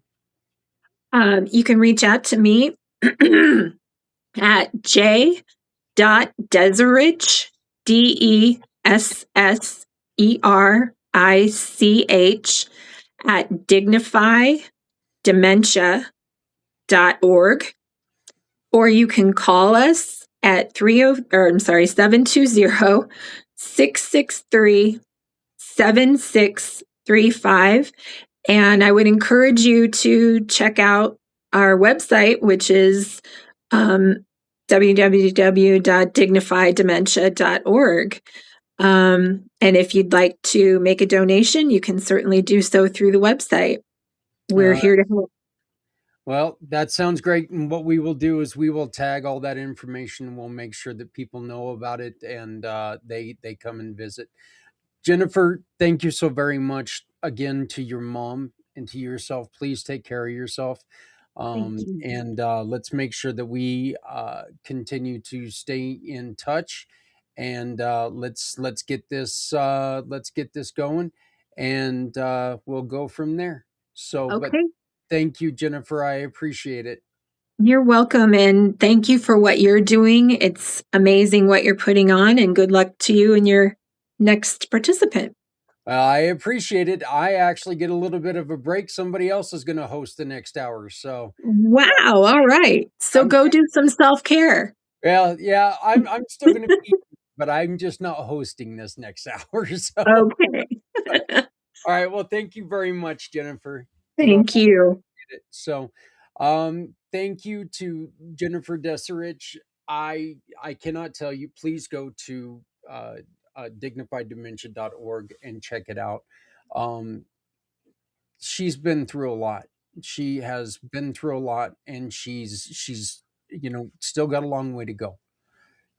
As she said, her mom was just diagnosed with breast cancer, so please keep them in your thoughts. Coming up next, folks, we have the Things crew coming on, and they're going to take over for the next hour. I will be joining in with them after I go and walk the numbness off my legs. So I'm going to turn it over to Jeremy in just 1 second. But please remember, we are here to learn more about the Come Together Compass.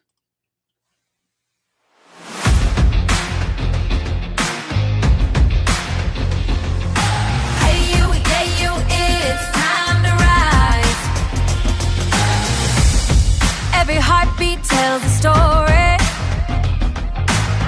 a silent rhythm, strong and true. But silence helps one hear the call. Your voice can break down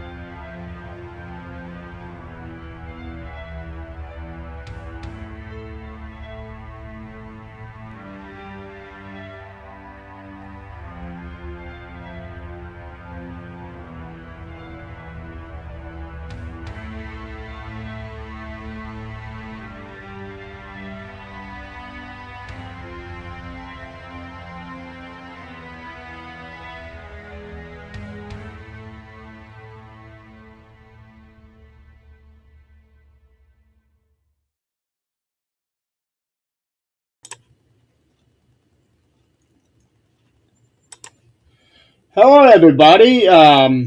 Welcome to the next segment of the Mission for Healthy Heroes 2026. My name is Jeremy York. With me is Nick Muley. He is occasional host and frequent guest of the 13th Dimension.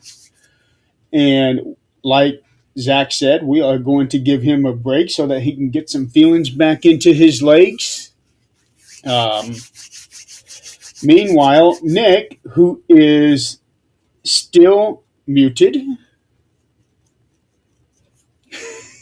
Continues on even for this event. it never fails. It never does. Oh, and Here just we in go. time of who we're going to have on. Hi, Uncle Ralph. Hi, how you doing? I'm doing good. How about you? Good, good. Hi, Ralph. Jeremy, nice to meet you. Pardon? I am Jeremy. Nice to meet you. Oh, nice to meet you too. So, for this segment, ladies and gentlemen, we will be talking to Ralph Henson, who is actually Nick's uncle. Mm-hmm. Yep. Correct. I have no choice in the matter, so whatever. So, now Nick had just told me about you yesterday. He said that you had served in the military. I'm trying to find the information he had given me. It's in there somewhere. Yeah, So I was in the Navy. I am what they consider a Vietnam era veteran, okay, meaning that I was active duty during the Vietnam War, but I never made it over to Vietnam, which is a good thing, really. And that I served aboard aircraft carriers. My first ship was the Franklin Delano Roosevelt, CBA 42. And the 42 means the keel was laid in 1942. So the Roosevelt did some service during World War II, but most of its active duty was during the 50s and the 60s and the 70s. By the time I was aboard the ship, it had a new nickname. It was called the Rusty Rosie. It it basically had some issues with rust and that. Eventually, the ship was scrapped because, for one thing, it was a 600 psi steam powered ship. It wasn't big enough for the new jets. At the time I was in, the Tomcats were just coming online. The planes that the Roosevelt had were the F-4 Phantoms, and those were used extensively in the Vietnam War. I used to have some pictures of flight deck activities, but I can't seem to find them right now on that. But my first ship, it was about 1,000 feet long, and I was a machinist mate, and during some of my duties, I was also a mess deck master at arms. I was in charge of the scullery crew, which is just kind of boring, but they actually rotate the seamen through mess deck duties and that. So I was in charge of about 7 people in the scullery, and that's where they took all the trays and the silverware and the glasses, and they ran them the through the big dishwashers and that. After that, I was assigned to the catapult steam repair shack. So I was working with a couple other people, and we had a berthing area that was right below the flight deck. So I was on the port side. Yeah, I was on the port side. And during the morning, when we were out at sea, steaming and that, they always lined up the jets and everything alongside the flight deck, and they would warm up the engines and all this stuff. So when we got up to go down to the mess deck for breakfast, we'd have to go out of our area. But before we stood up, we had to look above, and if we saw air that was shimmering, we basically crab walked down the catwalk, because if we stood up, we'd get hit with the exhaust of a jet plane, and it would burn our hair and basically blow us off the side. And that 40-foot fall wouldn't have been good for us. So that was kind of like life aboard the ship. I was able to wear a green shirt, which signified I was with the catapult crew, so I was allowed on the flight deck during flight ops. During flight ops, if you don't have the right colored shirt, you are not allowed on the deck, because, frankly, it's a freakingly dangerous place when they are positioning the jets and everything. They've got the fuel handlers, they've got the catapult crew. If you've seen any videos, it is a choreographed dance. They move the planes into position, they get them hooked up to the catapult chocks. They raise the blast doors behind the jets, and there's a guy that is underneath the jet, and he makes sure everything is attached right, and then he signals to the catapult crew, basically saying, go. And then he ducks down real low, because when he says go, the catapult crew pushes the button and the jet shoots off the front of the ship. So he is there, and he's got, he's got this F4 roaring overhead, and they do it all the time, constantly, and of course after a while they change the people out in that, and it's very loud. Of course, you've got all the jets going there. Night ops are really dangerous, because if you've ever been at sea, there's no lights. Usually we were in blacked out conditions in that, except for the exhaust of the jets. And you really can't see what you're doing that much. Wow. Yeah, that makes it even much more dangerous. Oh, yeah. I found a picture. I did a so there was several ships named Roosevelt. So let me know if I got the correct one. Okay. That looks like it. Yep. That's okay. That's an old. Yeah. That's it. This is the one that I found. It says USS Franklin D. Roosevelt, CVB, CVA, CV-42. Yep. That's my first ship. Awesome. Glad you got it on the first try. Yeah, and you can see how they line up the jets.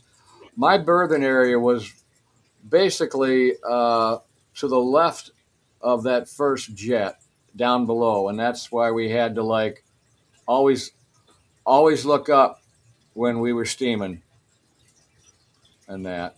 And you can see an F4 Phantom back there. You'll see there's a little tractor that's pulling the jet. That was something that was affectionately known as a man-eater. Right here? Yeah. Basically, it had a big intake underneath it. And if you were unfortunate enough to be walking too close to it when the engine was revving up, it would suck you right in. And there was no hope for you. Wow. So, yeah. So I don't mean to get real gory, but yeah, I mean, unless you know what you're doing, you don't want to be on the flight deck. Right. and that. So But what does the 42 mean? well, the 42 was the year that the ship's keel was laid down, Okay. and that. When you see the carriers, it'll be like USS Nimitz 71 or something like that. That's when it was. That's when the build first started on the ship, Okay. and that. Okay. Um, so of course, once you shoot the jets off, you eventually have to recover them, and that was interesting. You'd see the pilots coming in, and most of them are pretty good. But we always like to watch the guys, and occasionally there'd be a slight miss up. The the pilots are trained to catch the third hook or the third cable, and sometimes they missed and they caught another one, or maybe they would bounce a bit more than what they're supposed to in that.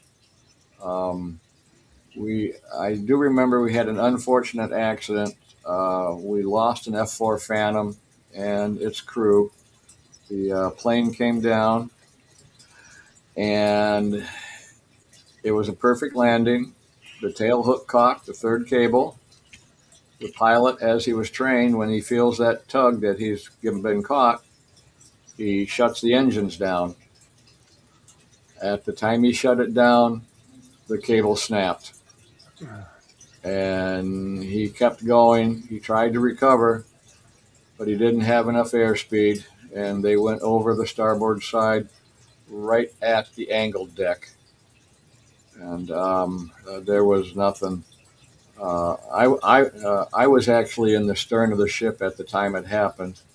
I did see all the videos, but when the plane went over like that, all the alarms went off. Plane overboard, man overboard, and they went to like a full stop with the engines and that, and I could barely keep my feet. The back end of the stern was bouncing so much from just trying to get the ship stopped. They turned it around, but on an aircraft carrier, the turning radius of an aircraft carrier is roughly about 1 mile in diameter. Wow. Wow. They immediately launched the copters and the rescue crews, but by the time the stern of the ship passed the plane, all you could see was just the top of the tail of the plane, and it was already 6 feet under and sinking. And that was not a good day. Oh, I'm sure not. So, you know, but that was it.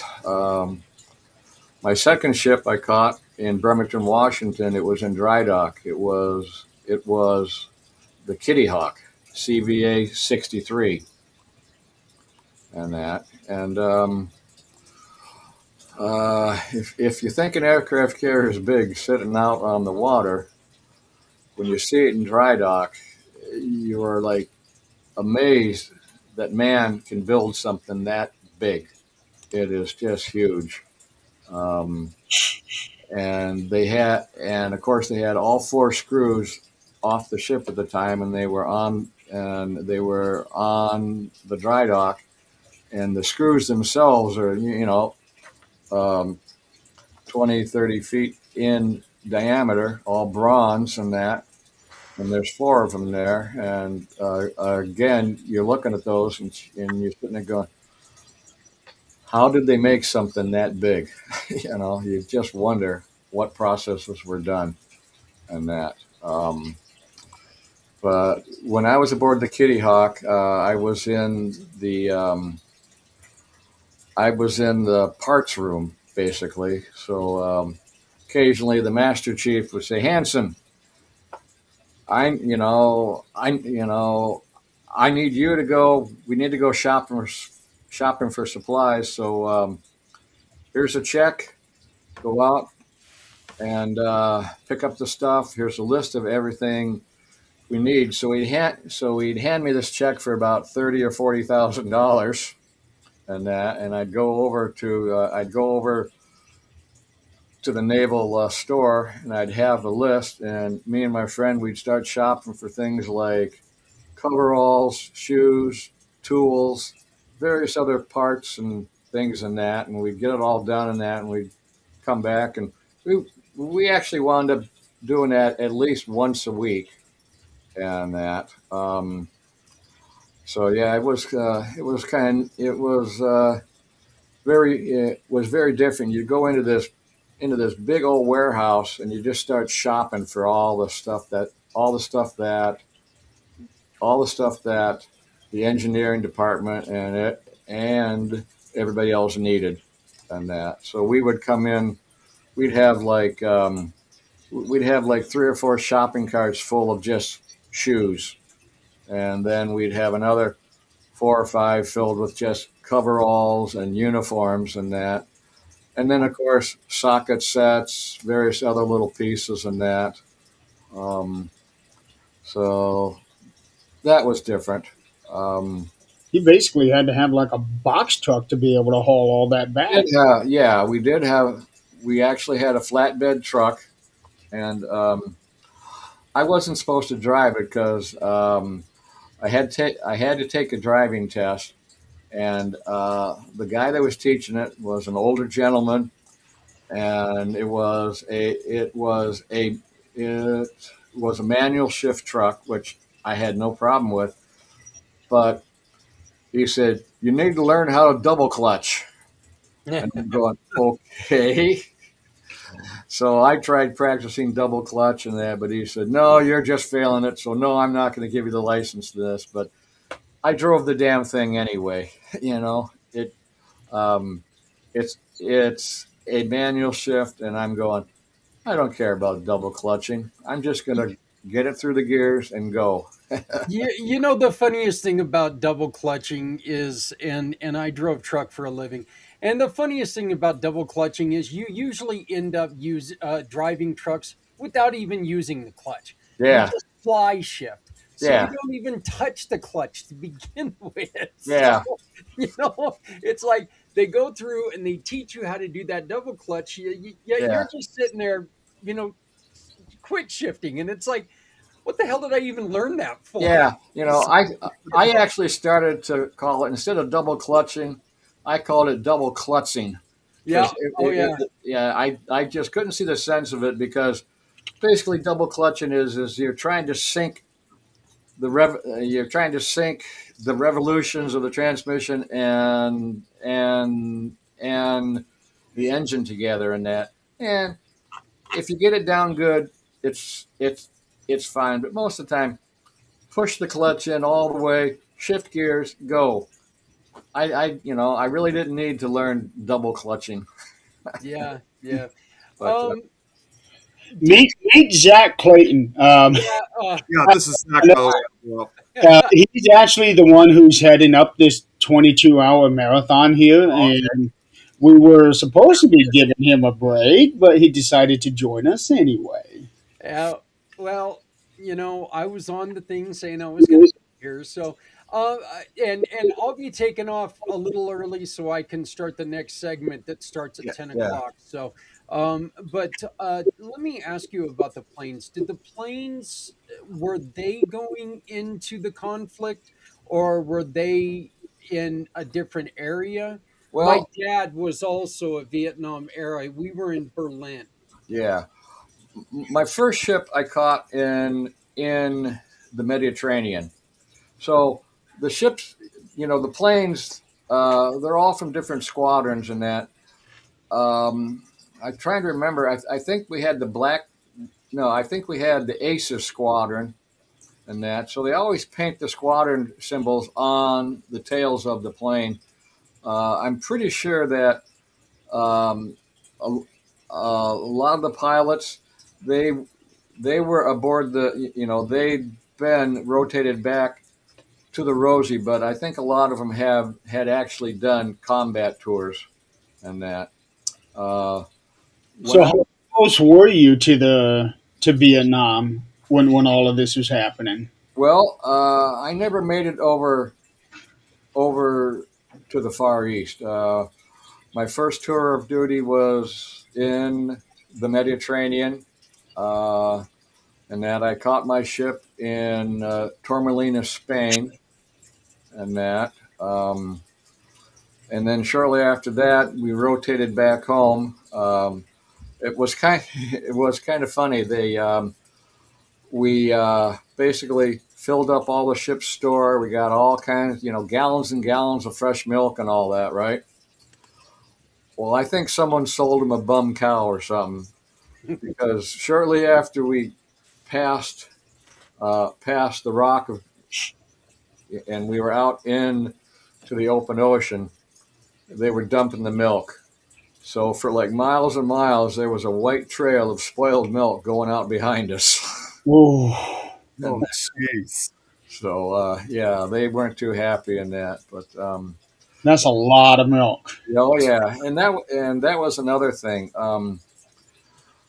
We did some underways replenishment where they had to top off the oil tanks, and so we're on the port side of this tanker, and we got the hoses going out, and coming up on the starboard side of the same tanker is one of our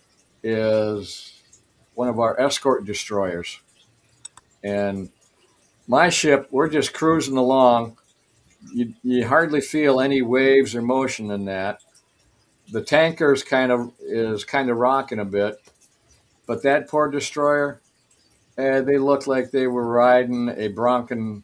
They looked like they were in a rodeo trying to ride a bronco, horse in that. I mean, they were pitching up and down, turning every way, but they got hooked up and got their tanks fueled up, and that. So that was that's something you don't see every day, of course, Right. and that. But that's about it. It's that was my service. I spent some time at the Philadelphia Naval Hospital for like a speech. I used to stutter a lot worse than that, so I spent some time there. Met some good people. Toured the site. Saw the Liberty Bell, Independence Hall, all that good stuff. While I was in Washington State, we were because the ship was dry docked in Bremerton, Washington, and occasionally I'd walk along the shipyard, and that's where they'd also pull the submarines up to. And you walk by this submarine, you see this big old cigar-like ship sitting on the chocks there, and the entire front end is off, and you're looking at this big old, looks like a radar dish, but that was the actual sonar dome, and that. So they have the whole thing off, and you have this big old sonar dome, which basically takes up the entire front end, and that. Yeah, I mean that was those are sites you don't you just kind of keep in your mind. I have to say the Washington State area was a beautiful area to be in. I would get off ship, after 5 o'clock and that, and I had a favorite spot. I'd take my car down to the spot where you could see off in the distance. You'd see Mount Rainier, and you'd see the white drift of the snow kind of blowing off. You'd see, and we're right in among all the pine trees, just the scent of the pines and that. It was a very nice thing, very pleasant in that, But I don't know, any questions for me? Yeah. One of the questions I wanted to ask is, as a era veteran, what were some of the things that you were dealing with when it came to like mental issues that maybe someone who was a battle server did not have to deal with? Was there any guilt on your side that you weren't there? Was there anything that you had to go through as a non-combatant that Not really. At the time I was in, they were winding down from the Vietnam War. I mean, I remember sitting in the engineering office, and on TV, I saw the helicopter on top of the U.S. Uh, embassy, and people trying to scramble up ladders and that, and yeah, that was yeah, in that. So like we were winding down. So at that time, everything was tired. The ships were tired. They were, they hadn't had enough overhaul time. We actually had chiefs in there that probably joined at the end of World War II, and the master chiefs and that. Some of those old guys, boy, you did not want to cross them. They were because basically, I'm a master chief. I know I know the Navy, and you're not fitting in. So yeah, they would, they would give you hell. They had, they had, they had some good stories. I heard stories um, how aboard the Kitty Hawk they made a tour out to Vietnam, and for some reason, some junk got too close to the ship. They'd been trying to warn it off and that, and basically it just kept coming and coming and that. And the captain just said, somebody get that person away and that. Well, there was an F4 in the area, and they came down and they just one strap with the 50 calibers, and there was just junk on the water. Nothing, nothing left. And that. Oh, that's another thing I want to say. Aboard my first ship, when it came back from Spain, we did a family cruise from Norfolk, Virginia, down to Mayport, Florida, which is where my ship was based. So they had all the family there, and as part of it, we were all up on the flight deck. A lot of people are up on the flight deck, and they said, "Okay, folks, look to the back." And you can just barely see it. You'll see a couple of smudges and that. We've got two F4 Phantoms coming out, and they are at Mach 1.2. So you're going to see some smudges, but keep an eye on it because they're going to get here really fast. And you're watching this smudge, and all of a sudden, you see the speck of an airplane, and then boom. And they basically flew by us slightly above the flight deck level, and you could see the air and you could hear the whistle of the air going over their wings, just a whoosh as they went by, and then the sonic boom hit, and boom! If you weren't ready for it, it would knock you off your feet. So they flew by, then they did a turn, and they made a 50 caliber strafing run. So as the bullets are hitting the water, it looked like fence posts about 30 feet tall zipping across the top of the water. And then they just headed on back to base. And wow, that, wow. yeah, that was really impressive. And that, Right. Well, you basically answered one of the questions I was going to ask you, if it was the air that would knock you guys down or the sound of the planes that knocked you guys down. it was the sound in that. I mean, because you weren't expecting it, and that. I was at a Paul McCartney concert once, and we were sitting on the side, and there were these big boxes right in front of us, which we didn't know what they were for. But when he went into his song "Live and Let Die," and when he said "die," the boxes blew up right in front of us. Oh, boy. It knocked us flat off of our seats. My sister-in-law, Kate, I looked back. All I could see of her was her legs sticking up in the back, going like this. Well, Mr. Hanson, I'm going to go on ahead and take my last 30-minute break before my next 6-hour Okay. stretch. But thank Nice you meeting very you. much for joining us, joining the show. Sure. Jeremy, Nick, and Mr. Hanson, you guys have fun continuing the conversation. And I'll see everybody back here at the top of the hour. Okay. All right, Take see you, care. Zach. All righty. Bye. So, you guys got any further questions? Is anybody else joining, or It'll just be the three of us. There is another question I want to ask you is, have you taken part of the honor flight yet? no? I have not. No. Uh, I are you are you familiar with it? I've heard about it, but I don't know. I've never done anything like that. No. I So think it'd be kind of cool to do. And that I hear they treat you pretty good. And that. it's an awesome trip. I actually went with my dad 2 years ago because he was considered part of the Korean time frame, Yeah. and it is a 1 day event, but it's very fast paced. You get there at 5 o'clock in the morning at the airport, Uh huh. and you don't come back until about 10:30 that night. Oh well, that's fine.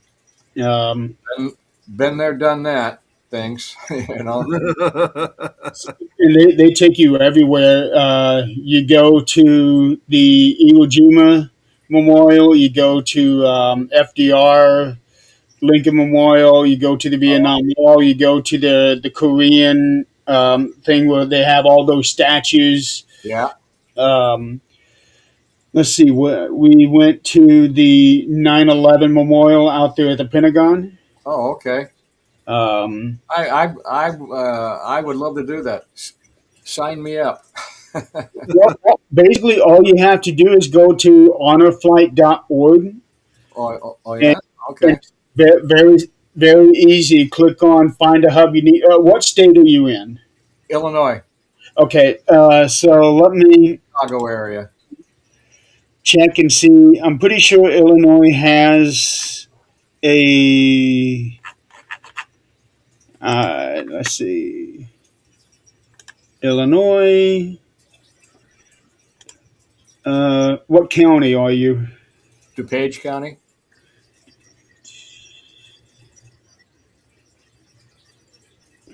Okay, found it. While he's looking, Uncle Ralph, my mom just showed up briefly, and she told me to say hi. Who? Who? My mom. Oh, okay. Hi, Mary. Oh, ask her if she saw my latest email about Nancy's timesheets. Oh, okay, yeah, I definitely will do that as soon as we get off. Okay, I found the website you want. I am going to forward that to Nick so that he can forward that to you. Yeah, Okay. I'll send it to you through the email again. Yeah. Yeah. That sounds good. That's the best way for me. So basically, what this is, it is a free event for you, Uh huh. but you will have a guardian with you, and that guardian, uh, it really it can be anybody. Oh, my Uh, daughter is a captain in the Illinois National Guard. Of course, she's due with her first baby in May, but oh, yeah. okay. But Uh, I could probably find uh, I could probably find someone in that's willing to go along. So what that guardian is, this person is basically responsible for you. So like, if you had any medications or food that you needed to take with you, the guardian would be over that. If I you Yeah, have a wheelchair, that person yeah. pushes you. But the guardian has to pay $400 to go Oh, on this thing. okay. Yeah. The I veteran is free. I'm 73, but I'm in fairly good shape. I just had a shoulder operation. They kind of did a reverse socket thing on me, but for the most part, I'm independent. I mean, I walk by myself, feed myself, clothe myself. Yeah. Okay. I don't have any major restrictions on me and that. Now that's even better for you. Yeah, except just what my wife puts on me, but we won't go into that. So Oh, well, that's typical. That's just typical. anyway, I got to get moving on here. Speaking of my wife and that, I don't know if Nick mentioned that, but yeah, we've had some medical issues with her and that. So we have her in a rehab home, trying to get her strength built back up and that. So I and Okay. Well, good luck with that. yeah, and I'm not able to drive yet uh, due to my shoulder surgery, which has been really frustrating. Right, right. So, I can relate. I've had shoulder surgery. My dad had shoulder replacement, so I understand how that is. yeah, so I'm going to go ahead and drop off. Uh, Nick, I really enjoyed this. Hope I gave you guys some idea of what it was like aboard ship. A lot of times when we're aboard ship and we're steaming and that, we would do a normal work day, and then um, that was it. Back then, if we wanted to talk to the family and that, we wrote a letter. Yeah. Right. We could call once we were in port. You could make a phone call and that.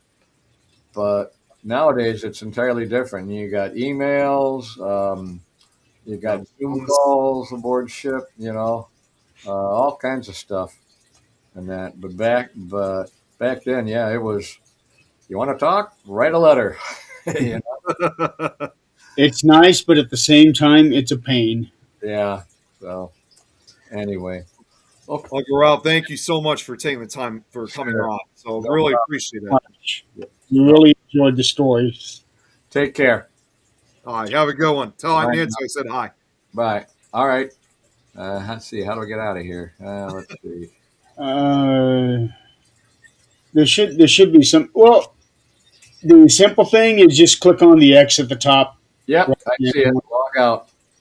All right, take care. Bye now. All right.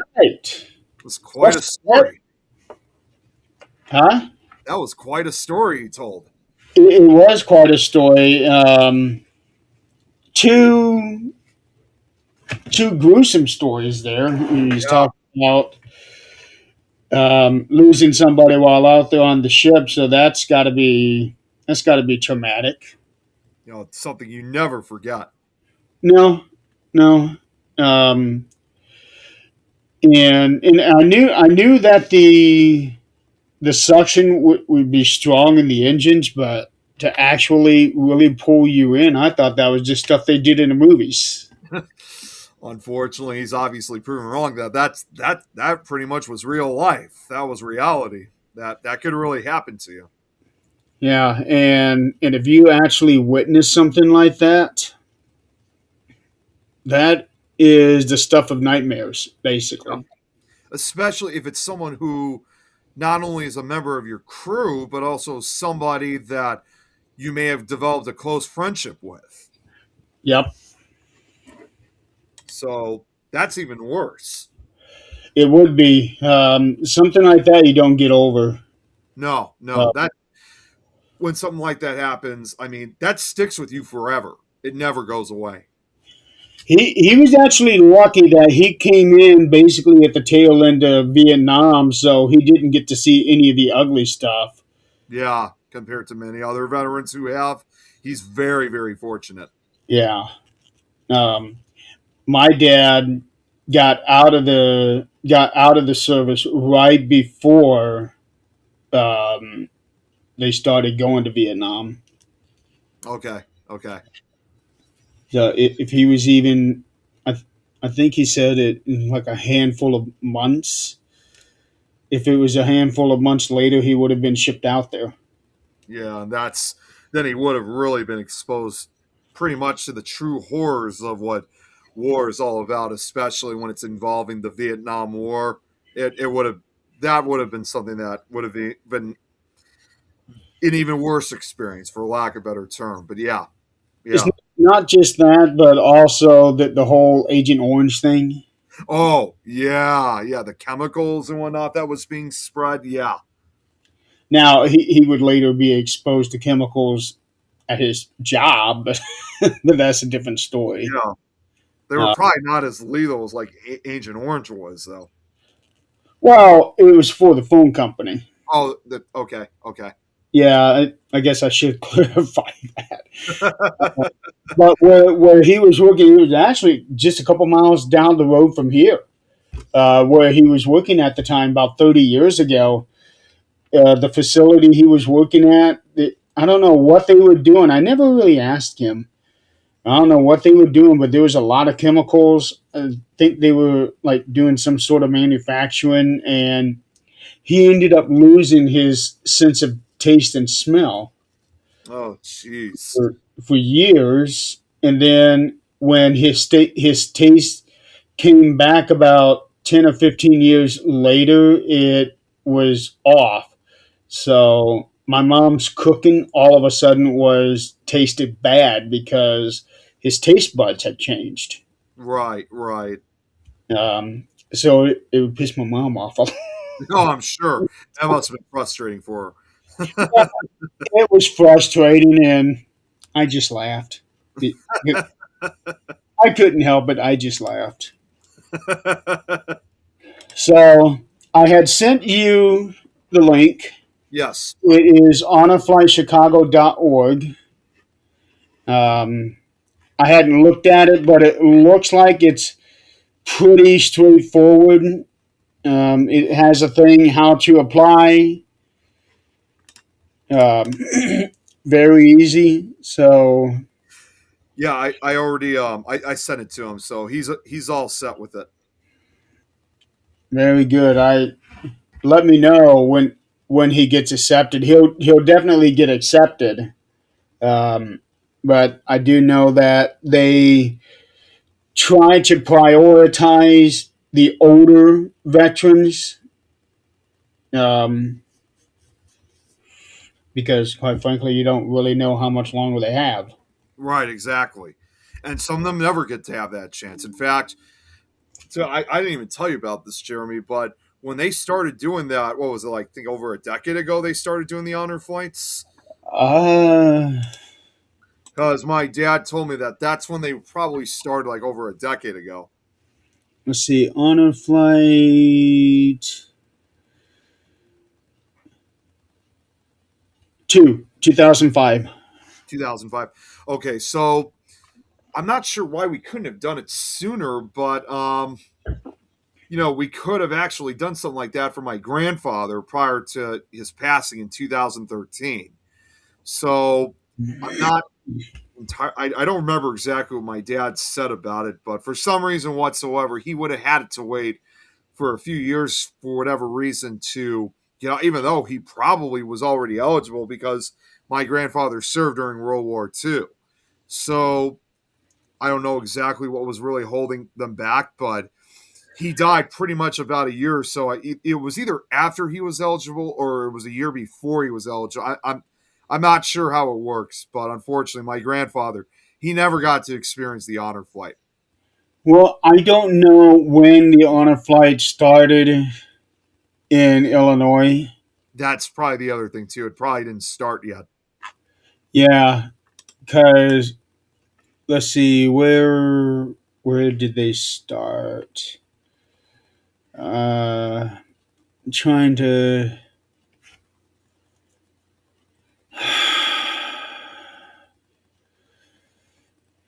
It looks like it might have started in Ohio. Okay.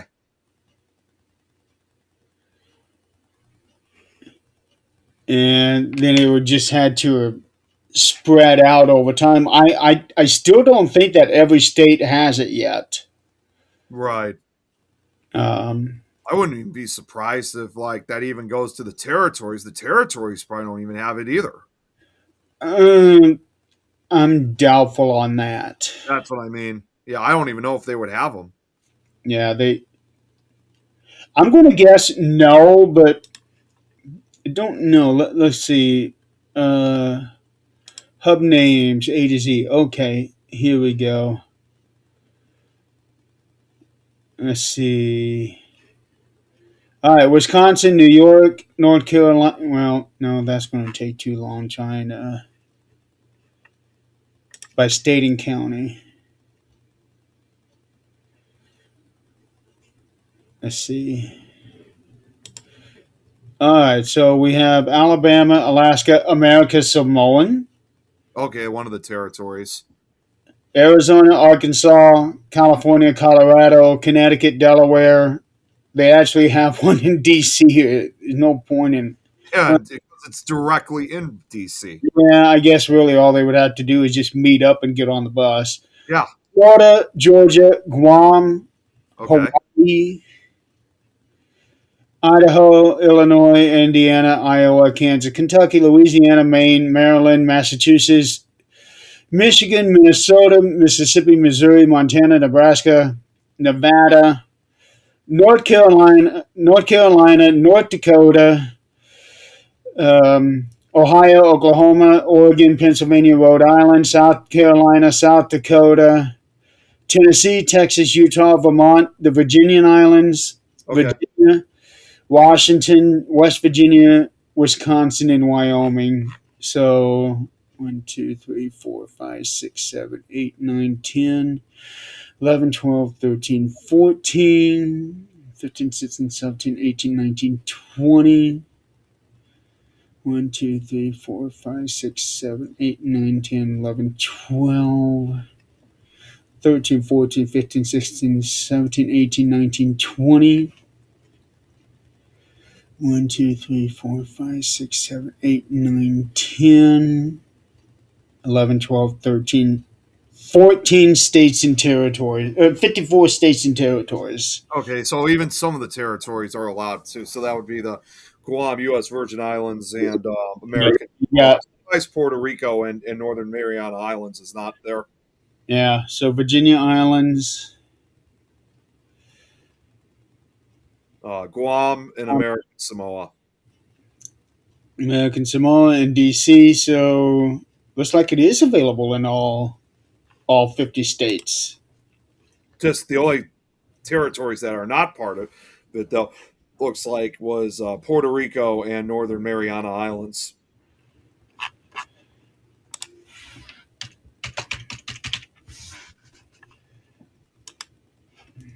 And let me see where that one is.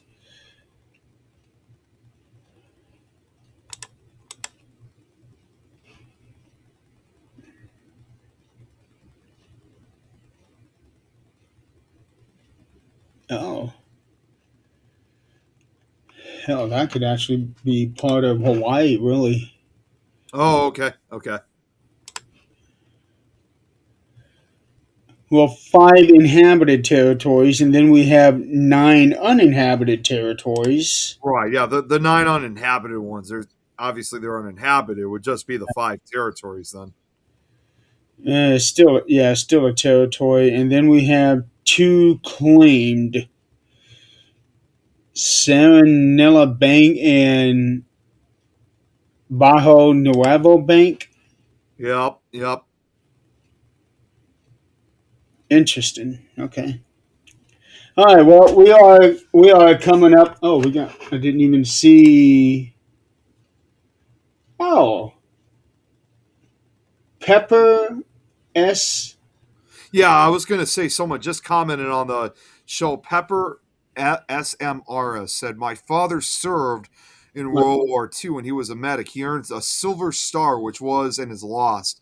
No way of getting another." Oh, that's really sad. Okay. Okay, I'm guessing it's Mrs. Pepper S. My sister's name is Pepper. Oh, okay. I didn't know that actually. Yeah. My oldest sister's name is Pepper, and my dad got her name off of a street sign. Oh, really? Into an intersection, it was like Pepper Street and Lynn Street, so he named her Pepper Lynn. Oh, wow. That's interesting. Why am for after a name like after a stream? Why am I not surprised? Yeah. Hey, it works. Yeah. Oh, it definitely does. It definitely does. So we are actually at the. Thank you, by the way, for joining us. But there's going to be another segment starting here in about 5 minutes. It will not be this particular live. Zach will be starting a new live at 1 o'clock Eastern, depending on what time zone you're in.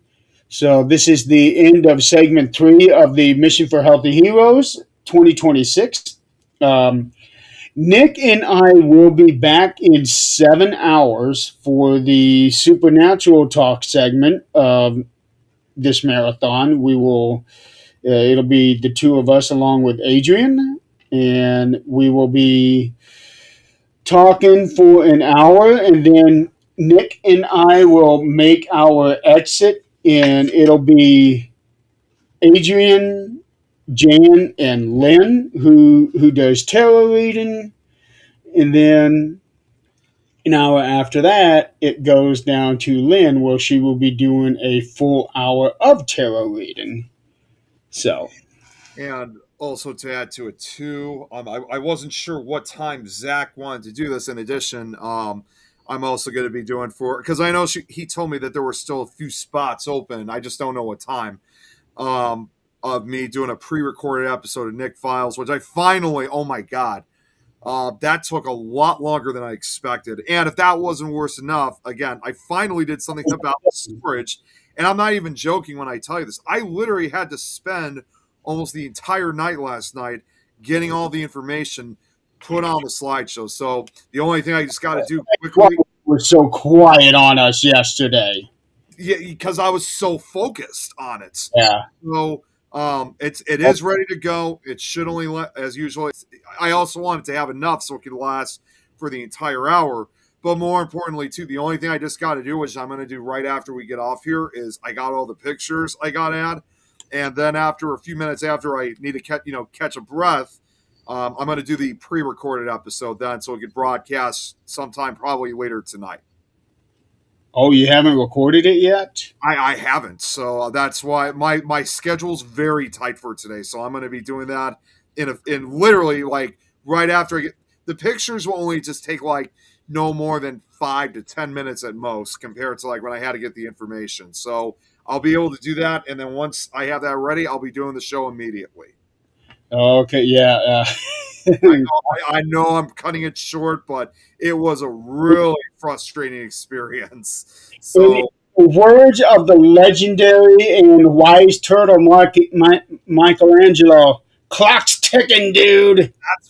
That's what literally I was telling myself. I mean, I'm just gonna say, like, I mean, I didn't even get that much sleep last night as a result. So, like, I didn't even care what time it was. Didn't care. I didn't look at the time, because I also realized like, every second counted, and I realized that every time if I did fall asleep or if I even did look at the clock, that literally would have been 3 or 4 seconds I could have saved.